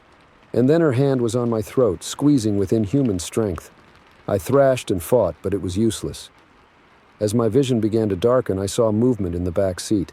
The girl was there, watching, still sucking on that red lollipop. She waved at me one last time as consciousness slipped away. My eyes flew open with a gasp. I was in the driver's seat, the car parked at a rest stop. Sarah stirred beside me, yawning. "You okay, honey?" she asked, concern in her voice. "You were moaning in your sleep." I looked around wildly, my heart pounding. It was daylight. We were alone in the car. No sign of the girl, no blood, no terror, just an ordinary morning on an ordinary road trip. "Yeah," I said shakily, trying to calm my racing pulse. "Yeah, I'm fine, just a bad dream." Sarah smiled and squeezed my hand. "Well, we're only a few hours from Mom's place. Ready to hit the road?" I nodded, starting the engine. As we pulled out of the rest stop, I glanced in the rearview mirror. For a split second, I thought I saw a small figure with pigtails standing by the exit, a red lollipop in her hand. I blinked and it was gone. Just a lingering image from the dream, I told myself, nothing more. But as we drove on, I couldn't shake the feeling that something was watching us from the back seat, its eyes dark and hungry, waiting for me to fall asleep again. I pressed down on the accelerator. Maybe if we drove fast enough, we could outrun the shadows in my mind. But deep down, I knew the truth. On this highway, there was no escaping the horrors that lurked just beyond the reach of our headlights, waiting for the moment when our guard dropped and the darkness could finally close in. Story 10. The fog was so thick I could barely see the road in front of me, but I could hear it. The thunderous roar of a motorcycle always right behind me no matter how fast I rode. I'd been on the road for hours, winding my way through the treacherous mountain passes of the Pacific Northwest. The trip was supposed to be a chance to clear my head, to escape the suffocating grief that had enveloped me since Sarah's accident. But now, as I navigated the twisting turns of the foggy mountain road, I felt anything but free. It started subtly at first, a distant rumble that I mistook for thunder, but as the sound grew closer and more persistent, I realized it was the unmistakable growl of a high-powered motorcycle engine.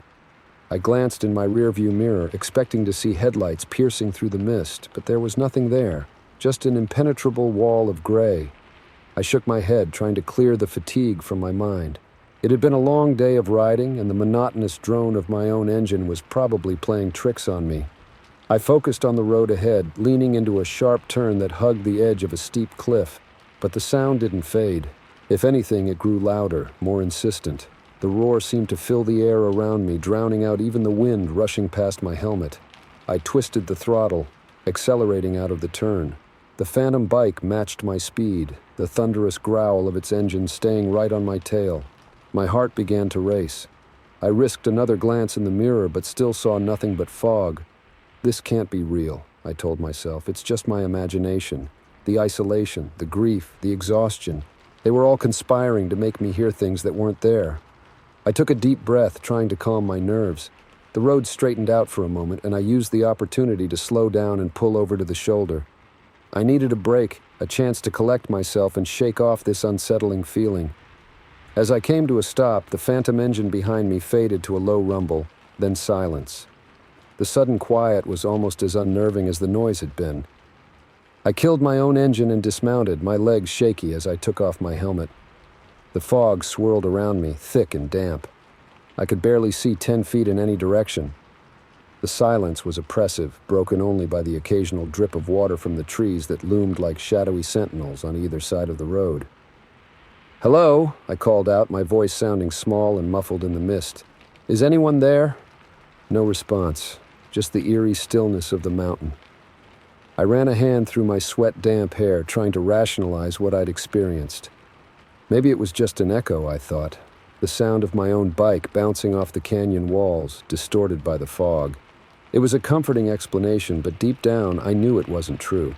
The phantom bike had sounded different, bigger, more powerful, with a distinctive rumble that was nothing like my touring motorcycle.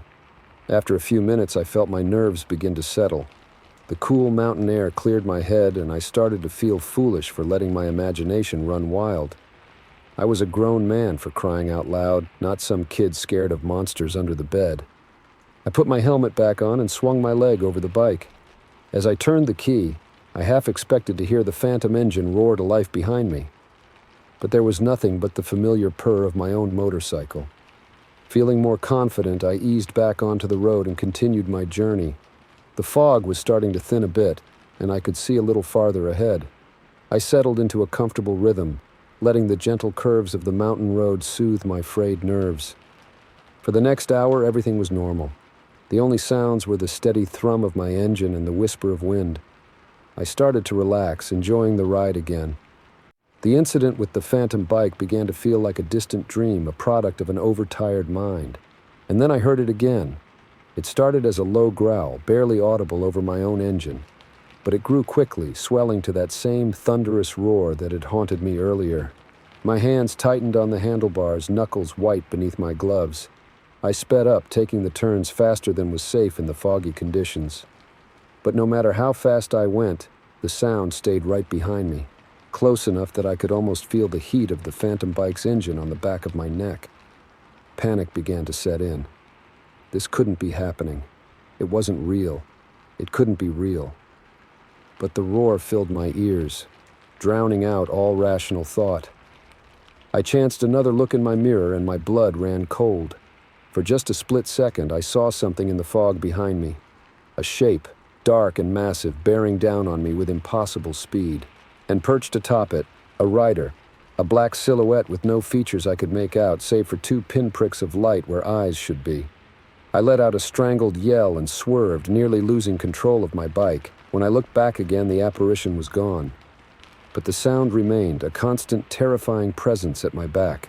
My mind raced as fast as my motorcycle. What was happening to me? Was I going mad? Or was there something out here in the mountains, something that defied explanation? I thought of Sarah, of the night she died. We'd argued that evening, a stupid, petty fight that I couldn't even remember the reason for now. She'd stormed out, taking her motorcycle, even though she'd been drinking.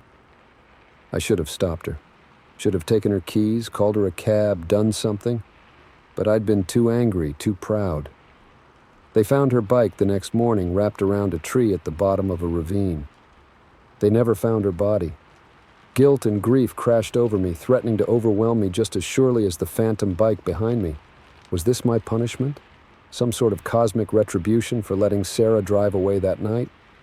The roar grew louder, and I swore I could feel hot breath on the back of my neck. I hunched lower over my handlebars, pushing my bike to its limits. The fog whipped past me, occasionally parting to reveal heart-stopping glimpses of the sheer drop-off just feet from the edge of the road. I was going too fast, taking too many risks, but I couldn't stop, couldn't slow down. The phantom rider was right there, always right there, no matter how fast I fled. Suddenly, the fog ahead parted, revealing a hairpin turn I hadn't anticipated. I hit the brakes hard, but it was too late. My bike skidded, the back wheel fishtailing as I fought for control. Time seemed to slow down. I saw the guardrail approaching, saw the yawning chasm beyond it. In that moment, I was certain I was about to die. But then something impossible happened. Just as my bike was about to hit the guardrail, I felt something solid slam into me from behind. It should have sent me flying, should have sealed my doom. Instead, I felt myself being pushed, guided, forced back into the correct lane. My tires found purchase on the asphalt, and I managed to wrestle my bike back under control. I slowed to a stop, my whole body shaking with adrenaline and fear. The roar of the phantom bike was gone. The mountain was silent once more. With trembling hands, I removed my helmet and looked back at the turn I'd nearly missed. There, etched into the guardrail, were 2 parallel grooves, exactly where my bike would have hit if something hadn't intervened. I sat there for a long time, my mind struggling to process what had happened. As the fog began to lift, revealing the breathtaking vista of the mountain range, a strange calm settled over me. Whatever I had experienced, hallucination, ghost, or something else entirely, it hadn't been malevolent. It had saved me, protected me, just like I should have protected Sarah. As the first rays of sunlight began to pierce through the dissipating fog, I thought I heard something. Not the roar of a motorcycle this time, but something softer. A whisper on the wind, barely audible but achingly familiar. "Ride safe, love." I smiled through the tears that had begun to fall. "I will, Sarah," I promised. "I will." I started my bike again, the engine purring to life beneath me. As I rode on, I kept my speed in check, taking each turn with care. The phantom bike didn't return, but I didn't need it to. I carried the lesson with me, a reminder to cherish every moment, to be present, to ride safe. The mountains stretched out before me, full of new roads to explore and new adventures to be had. And somewhere out there, beyond the reach of my headlights, but never truly gone, I knew Sarah was riding too, watching over me until we could ride together again. Story 11. The trees seemed to close in around me as I drove deeper into the forest. I should have known better than to take this shortcut, but I was desperate to get home. That's when I saw it. A makeshift roadblock ahead and shadowy figures emerging from the woods. I'd been on the road for hours, making my way back from a business trip that had dragged on far too long. The main highway was clogged with traffic due to a major accident, And my GPS had suggested this alternate route through the dense woods. It promised to shave an hour off my trip, and I was all too eager to get home to my family. The forest road was narrow and winding, barely wide enough for two cars to pass each other. Not that I'd seen another vehicle since I'd turned off the main road. The thick canopy of trees overhead blocked out most of the fading daylight, casting the road in deep shadows. I was starting to regret my decision to take this shortcut when my headlights illuminated something in the road ahead. At first I thought it might be a fallen tree, but as I got closer I realized it was something man-made. A crude barricade stretched across the entire width of the road, made up of old lumber, traffic cones, and what looked like pieces of scrap metal. My foot instinctively moved to the brake pedal, slowing the car as I approached the unexpected obstacle. That's when I saw them. Dark figures moving in the trees on either side of the road. My heart rate spiked as I realized they were people, emerging from the woods and moving towards the road. I counted at least 6 of them, maybe more lurking in the shadows. They wore dark clothing, and as they got closer, I could see they all had masks covering their faces. Not Halloween masks or ski masks, but crude, homemade things that looked like they'd been cobbled together from burlap sacks and bits of leather. Every instinct I had was screaming at me to get out of there. This was clearly some kind of ambush or robbery attempt. But I was hemmed in on both sides by dense forest, with the barricade blocking the road ahead. My only option was to turn around, but even as I had the thought, I saw more masked figures emerging from the woods behind me. Panic threatened to overwhelm me. I gripped the steering wheel so hard my knuckles turned white, my mind racing through possible escape scenarios. Could I ram through the barricade?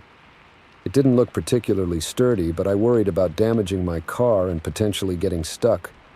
The figures were getting closer now, moving with an unsettling, almost synchronized gait. I could see weapons in their hands, mostly crude implements like pipes and wooden clubs, but I thought I spotted the glint of a knife or two as well. My hand hovered over the gear shift, ready to throw the car into reverse at a moment's notice. But I hesitated, worried about backing into the group behind me. I was trapped, caught between 2 approaching groups of masked assailants. Just as I was about to risk backing up, hoping to find a gap I could speed through, a figure stepped out onto the road directly in front of my car. Unlike the others, this one wore a suit, shabby and ill-fitting, but unmistakably a suit. The mask covering their face was different too, a pale, featureless oval that reflected the glare of my headlights. The suited figure raised a hand and the others stopped their approach. They stood unnaturally still, like mannequins placed in the woods. The silence was oppressive, broken only by the idle of my engine and my own ragged breathing. For a long moment, nothing happened. The suited figure just stood there, hand raised, mask gleaming in my headlights. I felt like a bug pinned under glass, trapped and scrutinized by this strange, silent observer. Then slowly, deliberately, the figure lowered its hand and took a step towards my car. I tensed, ready to slam on the gas and damn the consequences. But before I could act, the figure reached up and removed its mask. I gasped audibly. The face beneath the mask was ordinary. A middle-aged man with a neatly trimmed beard and kind eyes. He smiled at me, and somehow that was more terrifying than any grotesque visage could have been. The man walked up to my driver's side window and gestured for me to roll it down. Every fiber of my being screamed not to do it, but I found myself complying, lowering the window a few inches. "Good evening," the man said, his voice surprisingly gentle. "I apologize for the dramatic welcome, but we had to be sure you were alone." I swallowed hard, trying to find my voice. "Who are you? What do you want?" The man's smile widened. "We are the guardians of the forest, and we've been waiting for you, John." My blood ran cold. How did he know my name? As if reading my thoughts, he continued, "We know a lot about you, John. We've been watching you for some time. Your work in renewable energy, your efforts to combat deforestation, they've caught our attention." My mind reeled. How could they possibly know about my work? I was just a mid-level executive at a small green energy firm. Nothing I did was particularly high profile. "I don't understand," I managed to say. "What is this all about?" The man's expression turned serious. "The forest is dying, John. The old ways are being forgotten and the balance is shifting. We need someone like you. Someone who understands the importance of preserving nature, but who also has connections in the modern world. He gestured to the masked figures around us. We are the last line of defense for this forest, for all forests, but our methods are outdated. We need fresh blood, new ideas. We need you, John. I shook my head, trying to make sense of what I was hearing. This is insane. You can't just kidnap people and force them to join your cult or whatever this is. The man's smile returned, but there was no warmth in it now. I'm afraid you misunderstand, John. This isn't a request. You've been chosen. The forest has chosen you. As he spoke, I noticed something strange happening. The trees around us seemed to be moving, their branches reaching out towards my car, but there was no wind. The forest itself appeared to be alive, responding to the man's words. This is impossible, I whispered, watching in horror as roots began to emerge from the ground, snaking towards my tires. Nothing is impossible in these woods, the man said. The old magic still lives here, John, and now you're a part of it. I tried to start my car, but the engine just sputtered and died. The roots had wrapped themselves around my tires, effectively immobilizing the vehicle. The masked figures were closing in again, their empty eye holes fixed on me. Don't fight it, John, the man said, his voice taking on an otherworldly echo. Embrace your destiny. The forest needs you. The world needs you. As he spoke, I felt a strange sensation washing over me. It was as if the forest itself was calling to me, whispering ancient secrets in a language I shouldn't have been able to understand. I tried to resist, to cling to my rationality, but I could feel my resolve weakening. Your family will be taken care of, the man continued. They'll be told you died a hero trying to save a child from a burning building. They'll mourn, but they'll be proud. And you, John, you'll be part of something greater than you ever imagined.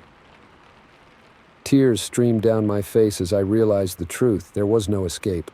Whatever force was at work here, be it magic, mass hallucination, or something beyond my comprehension, it had me in its grasp. As the masked figures reached my car and began to open the doors, I closed my eyes. I thought of my wife, my children, the life I was leaving behind. But I also felt something new stirring within me, a connection to the forest, to the earth itself, a sense of purpose I'd never known before. Welcome home, John, the man said as I was gently but firmly pulled from my car. The forest awaits. And as I was led deeper into the woods, my old life fading away with each step, I realized that my journey hadn't ended on this dark forest road. It had only just begun. The trees seemed to bow as we passed, welcoming their new guardian. And somewhere in the distance, I heard the sound of my car being consumed by the forest, erasing the last trace of John the businessman, husband, and father. In his place stood a new being, one with roots that reached deep into the ancient heart of the woods.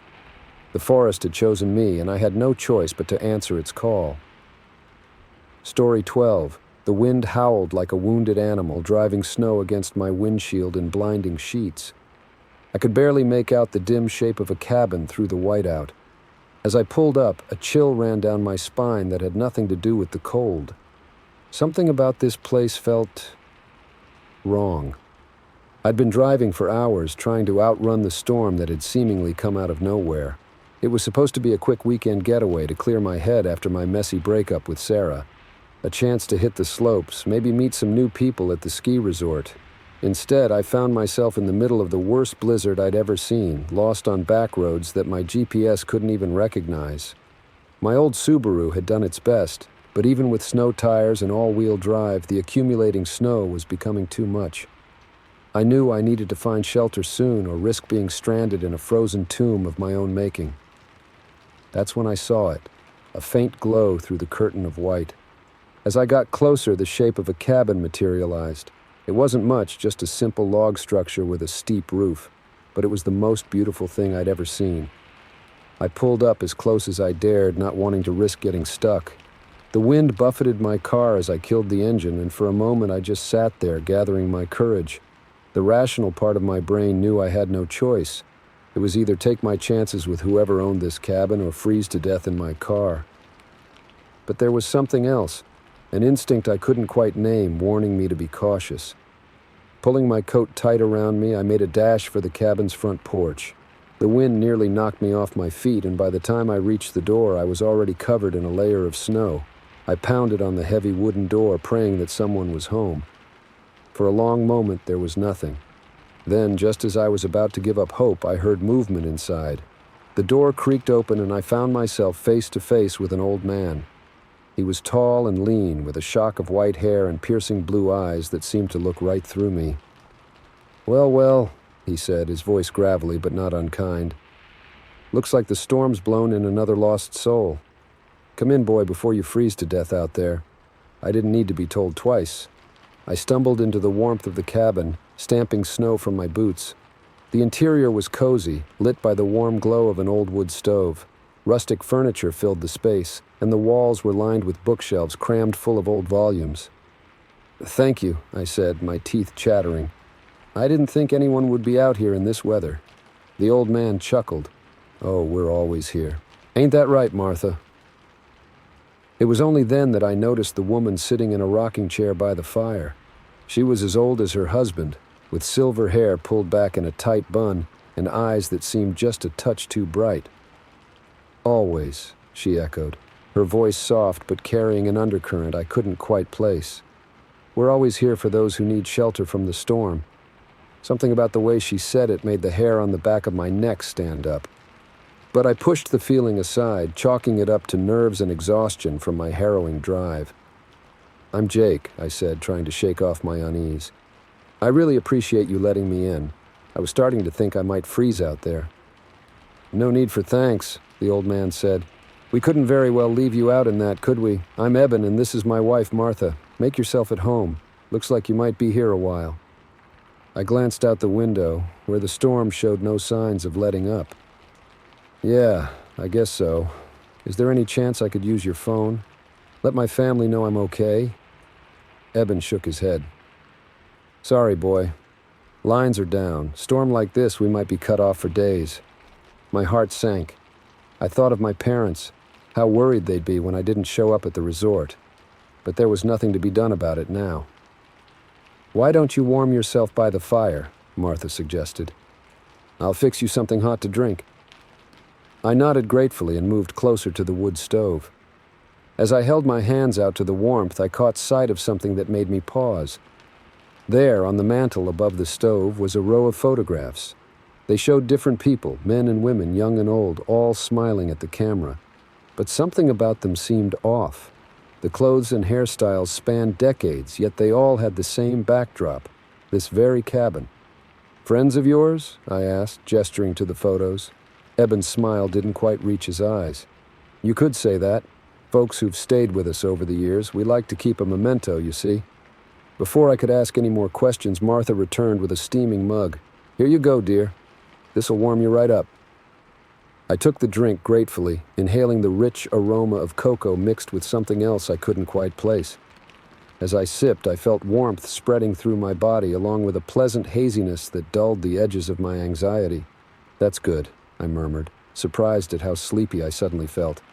"What's in this cup?" "Oh, just an old family recipe," Martha said, her smile a little too wide. "Why don't you sit down? You look tired." I sank into an overstuffed armchair, my limbs feeling heavy. The room seemed to swim around me, the flickering firelight casting strange shadows on the walls. I tried to focus, to shake off the encroaching drowsiness, but it was a losing battle. I don't feel so good," I managed to say, my tongue feeling thick in my mouth. "Shh," Martha soothed, suddenly very close.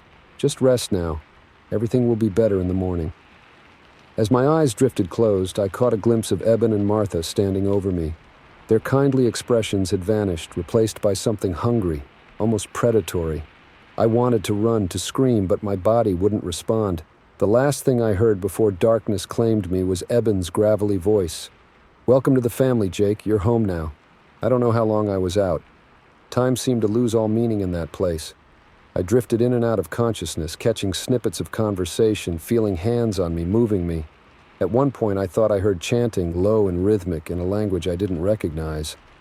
When I finally came fully awake, I found myself in a small bedroom. Sunlight streamed through a window, and for a moment I thought it had all been a bizarre dream. But then I tried to move and realized my wrists and ankles were bound to the bed. Panic surged through me. I thrashed against my restraints, calling out for help. The door opened and Martha glided in, that too bright smile still fixed on her face. Now, she said soothingly. There's no need for all that fuss. You're one of us now, Jake. Part of our little family. What are you talking about? I demanded, my voice hoarse. Let me go. Her smile never wavered. Oh, we can't do that, dear. You see, we need you. The cabin needs you. It's been so long since we had fresh blood. As she spoke, I noticed something horrifying. Her skin seemed to be shifting.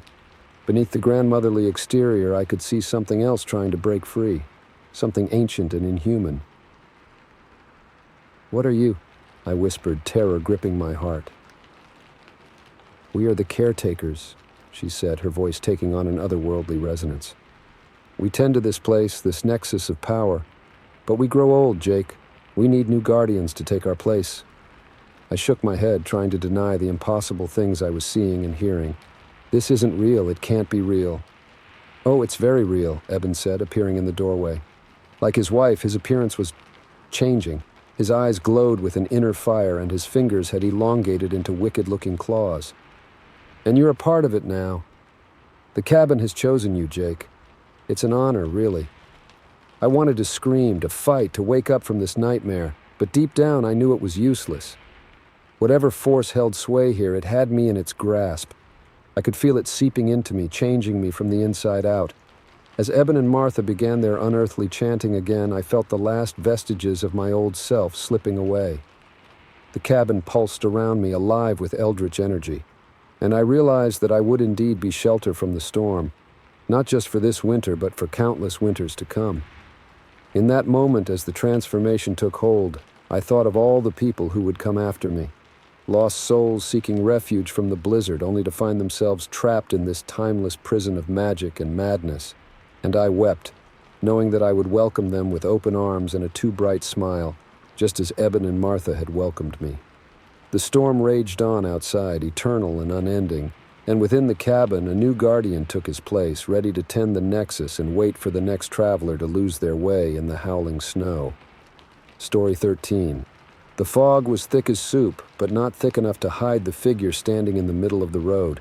I swerved hard, my tires screeching on the wet asphalt.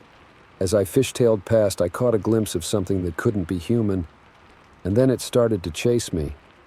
I'd been driving for hours, making my way down the coast on a solo road trip. It was supposed to be a chance to clear my head, to figure out what I wanted to do with my life now that I'd graduated college.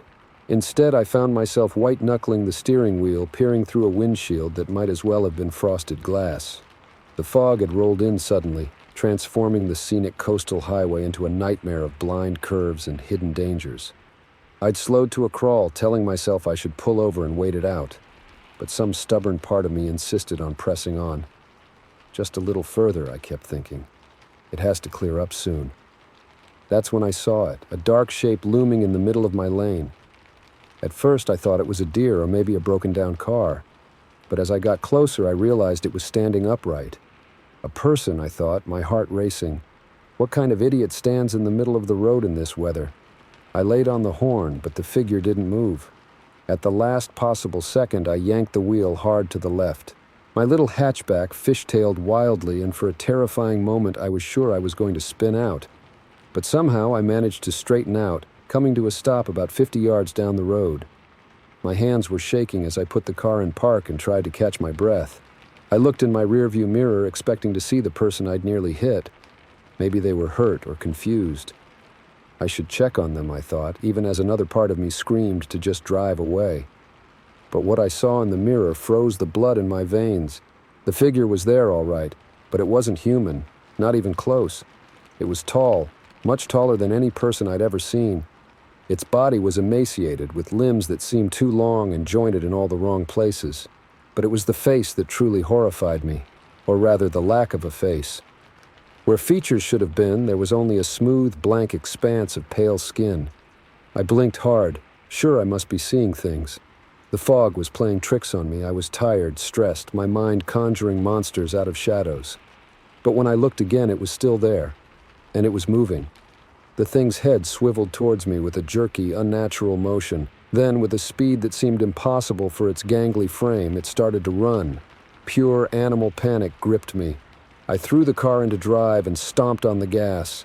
The tires spun for a heart-stopping moment before finding purchase, and I shot forward into the fog. I drove blindly, far too fast for the conditions. Every instinct screamed at me to slow down, but the thought of that thing catching up to me overwhelmed all reason. I took turns too sharply, the tires squealing in protest. More than once, I felt the car start to slide towards the guardrail that was the only thing between me and a sheer drop to the rocks and waves below. All the while, I kept glancing in my rearview mirror. The fog swirled and eddied, playing tricks on my eyes. Sometimes I thought I saw it, a pale shape loping along behind me with that same impossible speed. Other times there was nothing but gray mist, but I never slowed down. I couldn't shake the feeling that the moment I did, those long, pale fingers would close around my car. I don't know how long I drove like that. Time seemed to lose all meaning in the featureless gray world outside my windshield. My arms ached from gripping the steering wheel, and my eyes burned from straining to see the road ahead. But still, I pressed on, terrified of what might be gaining on me. Eventually, I saw a sign looming out of the fog. Vista Point, 1 mile, it read. The rational part of my brain, the part not consumed by blind panic, realized this might be my chance. If I could get to a more open area, maybe I could see what was really going on. And if there really was something chasing me, well, at least I'd be able to see it coming. I eased off the gas a little as I approached the turnoff, not wanting to miss it in the fog. As I made the turn, I caught movement in my peripheral vision. Something tall and pale flashed by on the passenger side of the car, so close I could have reached out and touched it. I screamed, jerking the wheel hard. The car skidded, and for a sickening moment, I thought I was going over the edge. But then my tires found purchase again, and I shot up the access road to the Vista Point. The parking area was empty, not surprising given the weather. I screeched to a halt in the middle of the lot, my headlights illuminating nothing but a wall of fog ahead. For a long moment, I just sat there, engine idling, too terrified to move. Slowly, painfully, I forced myself to turn and look out the back window. The fog swirled and danced, but there was no sign of my pursuer. Had I imagined the whole thing? Was I losing my mind? I don't know what possessed me to do it, but I opened the car door and stepped out. The fog was cold and damp against my skin, and the only sound was the soft pinging of my cooling engine and the distant crash of waves far below. "Hello?" I called out, my voice sounding small and frightened. "Is anyone there?" No response, just the fog and the faint sound of the sea. I was starting to feel foolish. All that panic, all that reckless driving, over what? A trick of the light? An overactive imagination? I shook my head, ready to get back in the car and find a hotel for the night. Clearly, I was too tired to be driving. That's when I heard it. A soft sound like bare feet on wet pavement, coming from behind me. I spun around, my heart in my throat. At first I saw nothing but fog. Then slowly a shape began to emerge. Tall, impossibly thin, arms too long, fingers like pale spider legs, and that blank, featureless face pointed directly at me. I stumbled backward, fumbling for my car door. But in my panic, I'd moved away from the vehicle. The thing was between me and my only means of escape. It took a step forward, its movements jerky and wrong, like a marionette controlled by an unskilled puppeteer. I could hear a sound now, a wet, raspy breathing that seemed to come from everywhere and nowhere at once. "What do you want?" I managed to choke out, my back pressed against the guardrail. The thing cocked its head to one side, an almost quizzical gesture that would have been comical if it weren't so terrifying. Then with shocking speed, it closed the distance between us. I felt those long, cold fingers close around my arms, and I knew with certainty that I was going to die. I screwed my eyes shut, not wanting the last thing I saw to be that blank, pale face. But death didn't come. Instead, I felt warmth, a gentle pressure against my forehead like a kiss. And then, as suddenly as it had appeared, the creature was gone. I opened my eyes to find myself alone in the parking lot. The fog was already starting to thin, moonlight breaking through in places. Of the thing that had chased me, there was no sign. On shaky legs, I made my way back to my car and collapsed into the driver's seat. What had just happened? Was any of it real? As I sat there trying to make sense of it all, I noticed something on the passenger seat, a small, smooth stone, pale as bone. I knew with inexplicable certainty that I hadn't put it there. I picked it up, turning it over in my hands. It was warm to the touch, and as I held it, I felt an overwhelming sense of peace wash over me. The fear and confusion of the night melted away, replaced by a strange sort of clarity. I started the car and pulled out of the vista point, the stone clutched tightly in one hand. As I made my way down the now clear highway, I realized something had changed. The uncertainty that had plagued me, the questions about my future that had driven me to take this trip in the first place, they all seemed trivial now. Whatever that thing in the fog had been, it hadn't meant me harm. It had given me a gift. A reminder, perhaps, that there are stranger things in this world than we can imagine, and that sometimes the path forward is clearer when we stop trying so hard to see it. I drove on through the night, the pale stone warm in my pocket, ready to face whatever the road ahead might bring. Story 14. The woman's eyes were wild with fear when I first saw her at the rest stop. "Please, you have to help me," she begged, her voice cracking. I should have driven away right then. But I didn't, and now I'm not sure I'll ever make it home. It was just past midnight, and I'd been on the road for nearly 14 hours straight. The long haul from Albuquerque to Chicago was taking its toll, and I was seriously considering pulling over at the next truck stop for a few hours of shut-eye. That's when I saw the sign for the rest area, just 2 miles ahead. Perfect, I thought. I'd splash some water on my face, grab a coffee from the vending machine, and push through for a few more hours. I took the exit, my headlights illuminating the deserted parking lot. As I pulled in, I noticed a single car parked off to the side, its hazard lights blinking steadily in the darkness. I didn't think much of it as I parked and climbed down from my rig. The night air was cool against my skin, helping to shake off some of the drowsiness. I stretched, my back popping after too many hours in the driver's seat. That's when I heard it, a muffled sobbing coming from the direction of the parked car.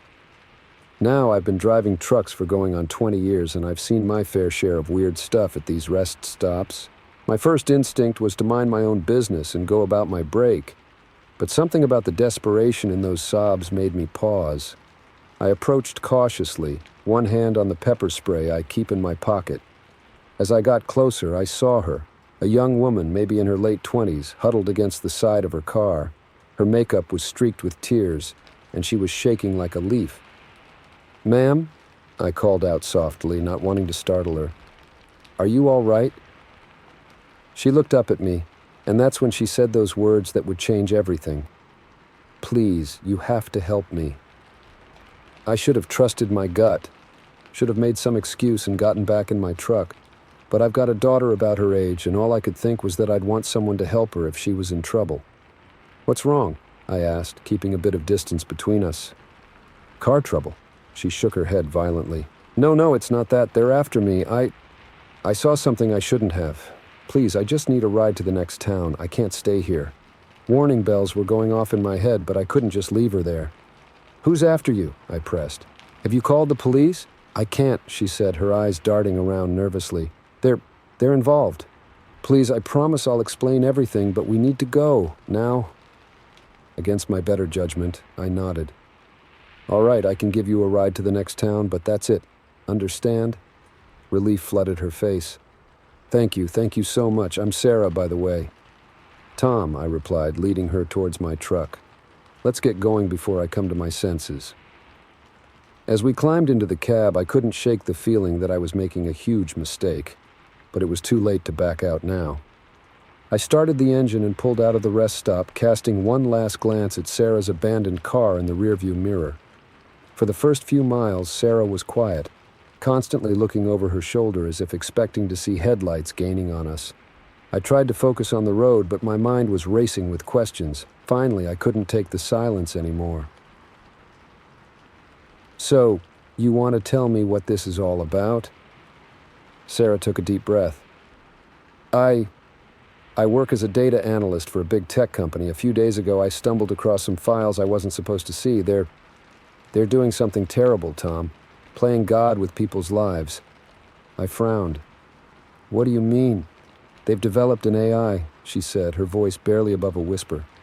"Not just any AI, but one that can predict human behavior with near-perfect accuracy. They're selling it to governments, corporations, anyone who can pay. It's being used to manipulate people on a massive scale." I shook my head. It sounded like the plot of a bad sci-fi movie. "And you're saying the police are involved?" Some of them, she nodded. The company has its hooks in everywhere. When I tried to go to the authorities, I quickly realized they already knew. That's when they started coming after me. I wanted to tell her she was crazy, that she'd clearly watched too many conspiracy theory videos, but the fear in her eyes was real. Whether her story was true or not, she genuinely believed she was in danger. "All right," I said, trying to sound calmer than I felt. "We'll get you to the next town, and you can figure out your next move from there." Sarah nodded gratefully. "Thank you, Tom. You have no idea how much this means to me." We drove on in silence for a while. I kept glancing at Sarah out of the corner of my eye. Something about her story wasn't sitting right with me, but I couldn't put my finger on what it was. As the miles ticked by, I noticed Sarah becoming more agitated. She kept fidgeting in her seat, her eyes darting back and forth between the side mirrors. "You okay?" I asked. I think they found us," she said, her voice trembling. "That black SUV, 2 cars back. It's been following us for the last 10 miles. I checked my mirrors. There was indeed a black SUV a couple of cars behind us, but it didn't seem to be doing anything suspicious." "Are you sure?" I asked. "It's probably just someone heading the same way we are." Sarah shook her head vehemently. No, it's them. We have to lose them. Please, can't you go any faster?" I gripped the steering wheel tighter. Now hold on a minute. I'm not about to start speeding and risk losing my license over this. If you're really in danger, we should call the state troopers." "No!" Sarah shouted, grabbing my arm. "We can't trust them. Please, you have to believe me." I jerked my arm away, unsettled by her intensity. "Look, I think maybe we should pull over and—" That's when I saw it. As Sarah reached out to grab my arm again, her sleeve rode up slightly. There on her wrist was a hospital bracelet. My blood ran cold. "Sarah," I said slowly, "where did you really come from?" Her eyes widened, and for a moment she looked like a cornered animal. Then, to my horror, her entire demeanor changed. The fear vanished from her eyes, replaced by a cold, calculating look. "Well," she said, her voice suddenly calm and devoid of emotion, "I suppose there's no point in pretending anymore." Before I could react, she reached into her jacket and pulled out a small device. It looked like a smartphone, but something told me it was far more dangerous. "You see, Tom," she continued, her finger hovering over the screen, "I wasn't entirely lying. There is an AI, and it did predict human behavior with remarkable accuracy. Your behavior, to be precise." My mind reeled. "What are you talking about?" Sarah smiled, but it didn't reach her eyes. "We needed a test subject, someone kind-hearted, someone who would stop to help a stranger in distress. The AI predicted you would be perfect, and it was right. I felt sick. So all of this, it was a setup?" She nodded. "A very elaborate one, yes. We needed to see how far you'd go to help someone you thought was in danger. It's all part of the experiment." "Experiment?" I repeated, my voice hoarse. "What experiment?" "Oh, Tom," Sarah said almost pityingly. "You're about to find out." She tapped the screen of her device, and suddenly my truck's engine cut out. We coasted to a stop on the shoulder of the highway. In my mirrors, I saw the black SUV pulling up behind us. "What have you done?" I demanded, panic rising in my throat. Sarah's smile widened. "We're just getting started, Tom. The real experiment begins now." As men in dark suits began to approach my truck, I realized with horrifying clarity that my simple act of kindness had led me into a nightmare from which there might be no escape.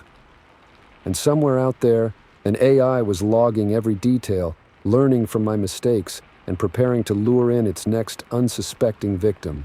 The last thing I remember before they opened my door was Sarah's voice, cold and clinical. "Subject acquired, proceeding to phase 2. And then everything went black. Story 15. I've been driving this route for 15 years, but I've never seen anything like this. The same abandoned car keeps appearing on the side of the road no matter how far I drive. And with each pass, something is slowly emerging from it. My name's Jack, and I've been a long-haul trucker since I was old enough to get my commercial license. The open road's been my home more than any house ever was. I've seen my fair share of strange things out here in the dead of night, tricks of the light, mirages brought on by fatigue, even the occasional unexplainable phenomenon. But nothing's ever shaken me like this. It started on a routine run from Albuquerque to Chicago. I'd made this trip hundreds of times before, could practically drive it with my eyes closed, not that I ever would, mind you. The sun had set hours ago, and I was making good time, the steady hum of my rig's engine keeping me company as miles of empty desert highway rolled by. That's when I first saw it. An old station wagon, probably from the 70s, pulled over on the shoulder. Its faded blue paint was barely visible in my headlights as I passed. Nothing too unusual about that. Plenty of folks still drive these old beaters out here, and breakdowns aren't uncommon. What caught my attention was the fact that there was no one around. No hood up, no one peering under the car or trying to flag down help. Just an empty vehicle in the middle of nowhere. I made a mental note to call it in at the next truck stop. Out here, a stranded motorist can quickly become a fatality if no one checks on them. About an hour later, I saw it again. Same car, same faded blue paint, same empty stillness around it. My first thought was that I must have dozed off for a second and circled back without realizing it. But a quick check of my GPS confirmed I was right on track, over 60 miles from where I'd first spotted the car. A chill ran down my spine. This wasn't possible. I blinked hard, sure I must be seeing things. When I looked again, the car was gone. I let out a shaky breath. Just my imagination playing tricks on me, I told myself. Too many hours on the road, too much bad truck stop coffee. I decided to pull over at the next rest area and catch a few hours of sleep. But as I drove on, it happened again and again. Every hour or so, there it was. That same damn car, always empty, always still. Sometimes on the right side of the road, sometimes on the left. Once, it was even parked sideways across both lanes, forcing me to swerve around it. By the fifth or sixth appearance, I was in a cold sweat. This wasn't fatigue, wasn't my mind playing tricks. Something truly inexplicable was happening. And then it got worse. Around 3 a.m., I saw the car again, but this time, as I approached, I noticed something different. The driver's side door was open, just a crack. As I passed, I could have sworn I saw something moving inside, just a flicker of motion in the darkness of the car's interior. My hands were shaking on the wheel now. Part of me wanted to stop, to investigate, to prove to myself that there was a rational explanation for all this. But a deeper, more primal part of me knew that slowing down would be a terrible mistake. I pressed on, my eyes darting constantly to my mirrors, half expecting to see the car suddenly appear behind me. For nearly an hour there was nothing, just empty road and the vast, star-filled sky above. I started to relax, to convince myself that it had all been some sort of waking nightmare. Then I saw it again. This time the door was wide open, and there was definitely something coming out of the car. I only caught a glimpse as I sped by, but it was enough to turn my blood to ice. A hand, pale and impossibly long-fingered, gripping the door frame. It didn't look human. I was doing 90 now, speed limit be damned. My CB radio crackled to life, other drivers asking if I was okay, telling me to slow down. I ignored them all. I just needed to get away, to put as much distance between myself and that thing as possible. But it didn't matter how fast I drove. Every time I thought I'd escaped, there it was again. And each time, more of the creature was visible. By dawn, I'd seen enough to haunt my nightmares for the rest of my life. A torso too long and thin to be human. A head that seemed to rotate far beyond natural limits. And those eyes, black, empty, and fixed directly on me every time I passed. As the first rays of sunlight began to paint the horizon, I finally saw signs for a town ahead. I've never been so grateful to see other cars on the road, other people going about their morning routines. Surely whatever madness had gripped the night would fade in the light of day. I pulled into the first gas station I saw, my hands shaking so badly I could barely turn off the engine. As I slumped in my seat, physically and mentally exhausted, I heard a tap on my window. I nearly jumped out of my skin, but it was just the station attendant, a concerned look on his face. I rolled down the window. "You all right, buddy?" he asked. "You came in here pretty hot. Everything okay?" I opened my mouth, unsure of what to say. How could I explain what I'd seen without sounding completely insane? As I struggled to find the words, something caught my eye in my side mirror. There, parked at the pump behind me, was a faded blue station wagon. Its driver's side door was wide open. "Sir?" the attendant pressed. "Do you need me to call someone?"